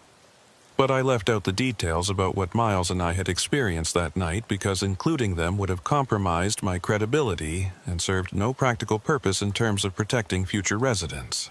But I kept my personal notes, including photographs of the strange prints and the thermal scope readings that showed heat signatures that didn't match any human or animal patterns I could identify, and I added them to a growing file of incidents from my years on the reservation that couldn't be explained through conventional frameworks.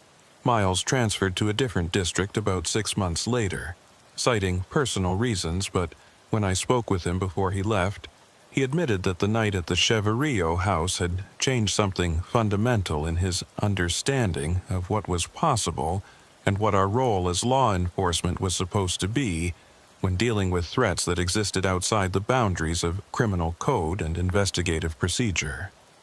Thomas Cheverillo died 8 months after we found him and Loretta hiding in their basement, his health never fully recovering from the stress and exposure of those days spent conducting protective rituals against whatever had been circling his home.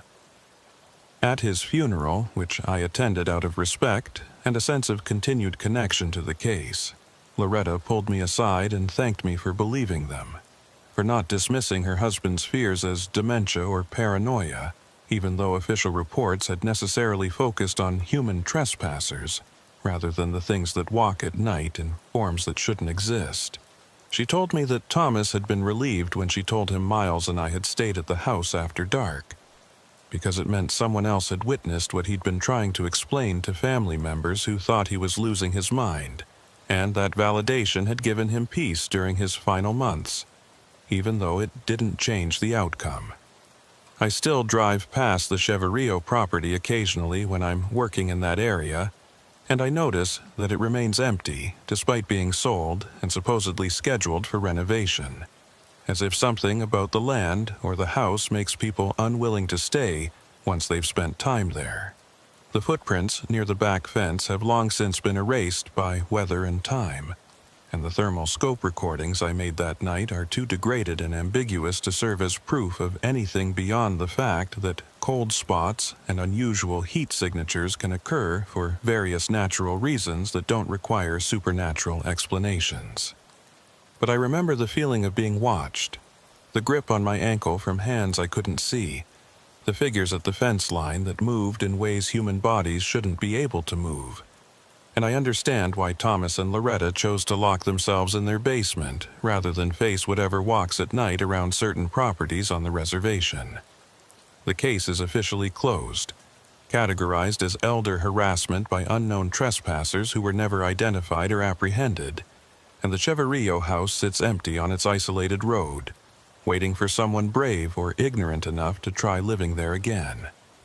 But sometimes, late at night, when I'm working patrol in remote areas, I think about what Thomas told me before the ambulance took him away. His warning about things that come from beneath, from places where things got buried that should have stayed buried. And I wonder what we're really dealing with out here in these vast empty spaces where the border between worlds might be thinner than we're comfortable acknowledging, and where what walks at night doesn't always follow rules we've established for distinguishing between possible and impossible. The footprints remain in my files, photographed and documented but never explained, evidence of something that circled an elderly couple's home and terrified them enough that they chose isolation and ritual protection over seeking help from authorities they assumed wouldn't believe them. They were right to be skeptical, because even having experienced it myself, I struggle to find words that capture what happened that night or frameworks that make sense of presences that exist without visible form and leave traces that disappear with daylight. The reservation has always had places and phenomena that resist easy categorization, and the Cheverillo property has joined the list of locations I mark mentally as requiring caution and respect for things I don't understand but have learned not to dismiss. Thomas's final warning echoes in my memory whenever I encounter cases that seem to involve more than straightforward criminal activity or natural phenomena, reminding me that sometimes what walks on two legs isn't human, and what leaves footprints in mud doesn't always follow the rules we've established for distinguishing between real and imagined threats. The investigation taught me that official reports and documented evidence serve important purposes, but can't always capture the full truth of experiences that challenge our assumptions about what's possible in spaces where old beliefs and modern authority overlap in ways that satisfy neither traditional understanding nor scientific explanation. The house stands empty, and sometimes when I drive past at night, I think I see movement near the back fence line, shadows that slide rather than walk. And I don't stop to investigate because I've learned that some things are better observed from a distance than confronted directly. Whatever terrified the Cheverillos, whether it was human cruelty or something older and stranger, it remains present in that place, and the footprints that don't quite match any pattern I can identify serve as reminder that the work of protecting people sometimes requires acknowledging threats that exist outside the frameworks we're trained to use, and accepting that resolution isn't always possible for cases that involve forces we can't see or touch or arrest, but that leave traces enough to prove they're real to those willing to look carefully at what shouldn't be there.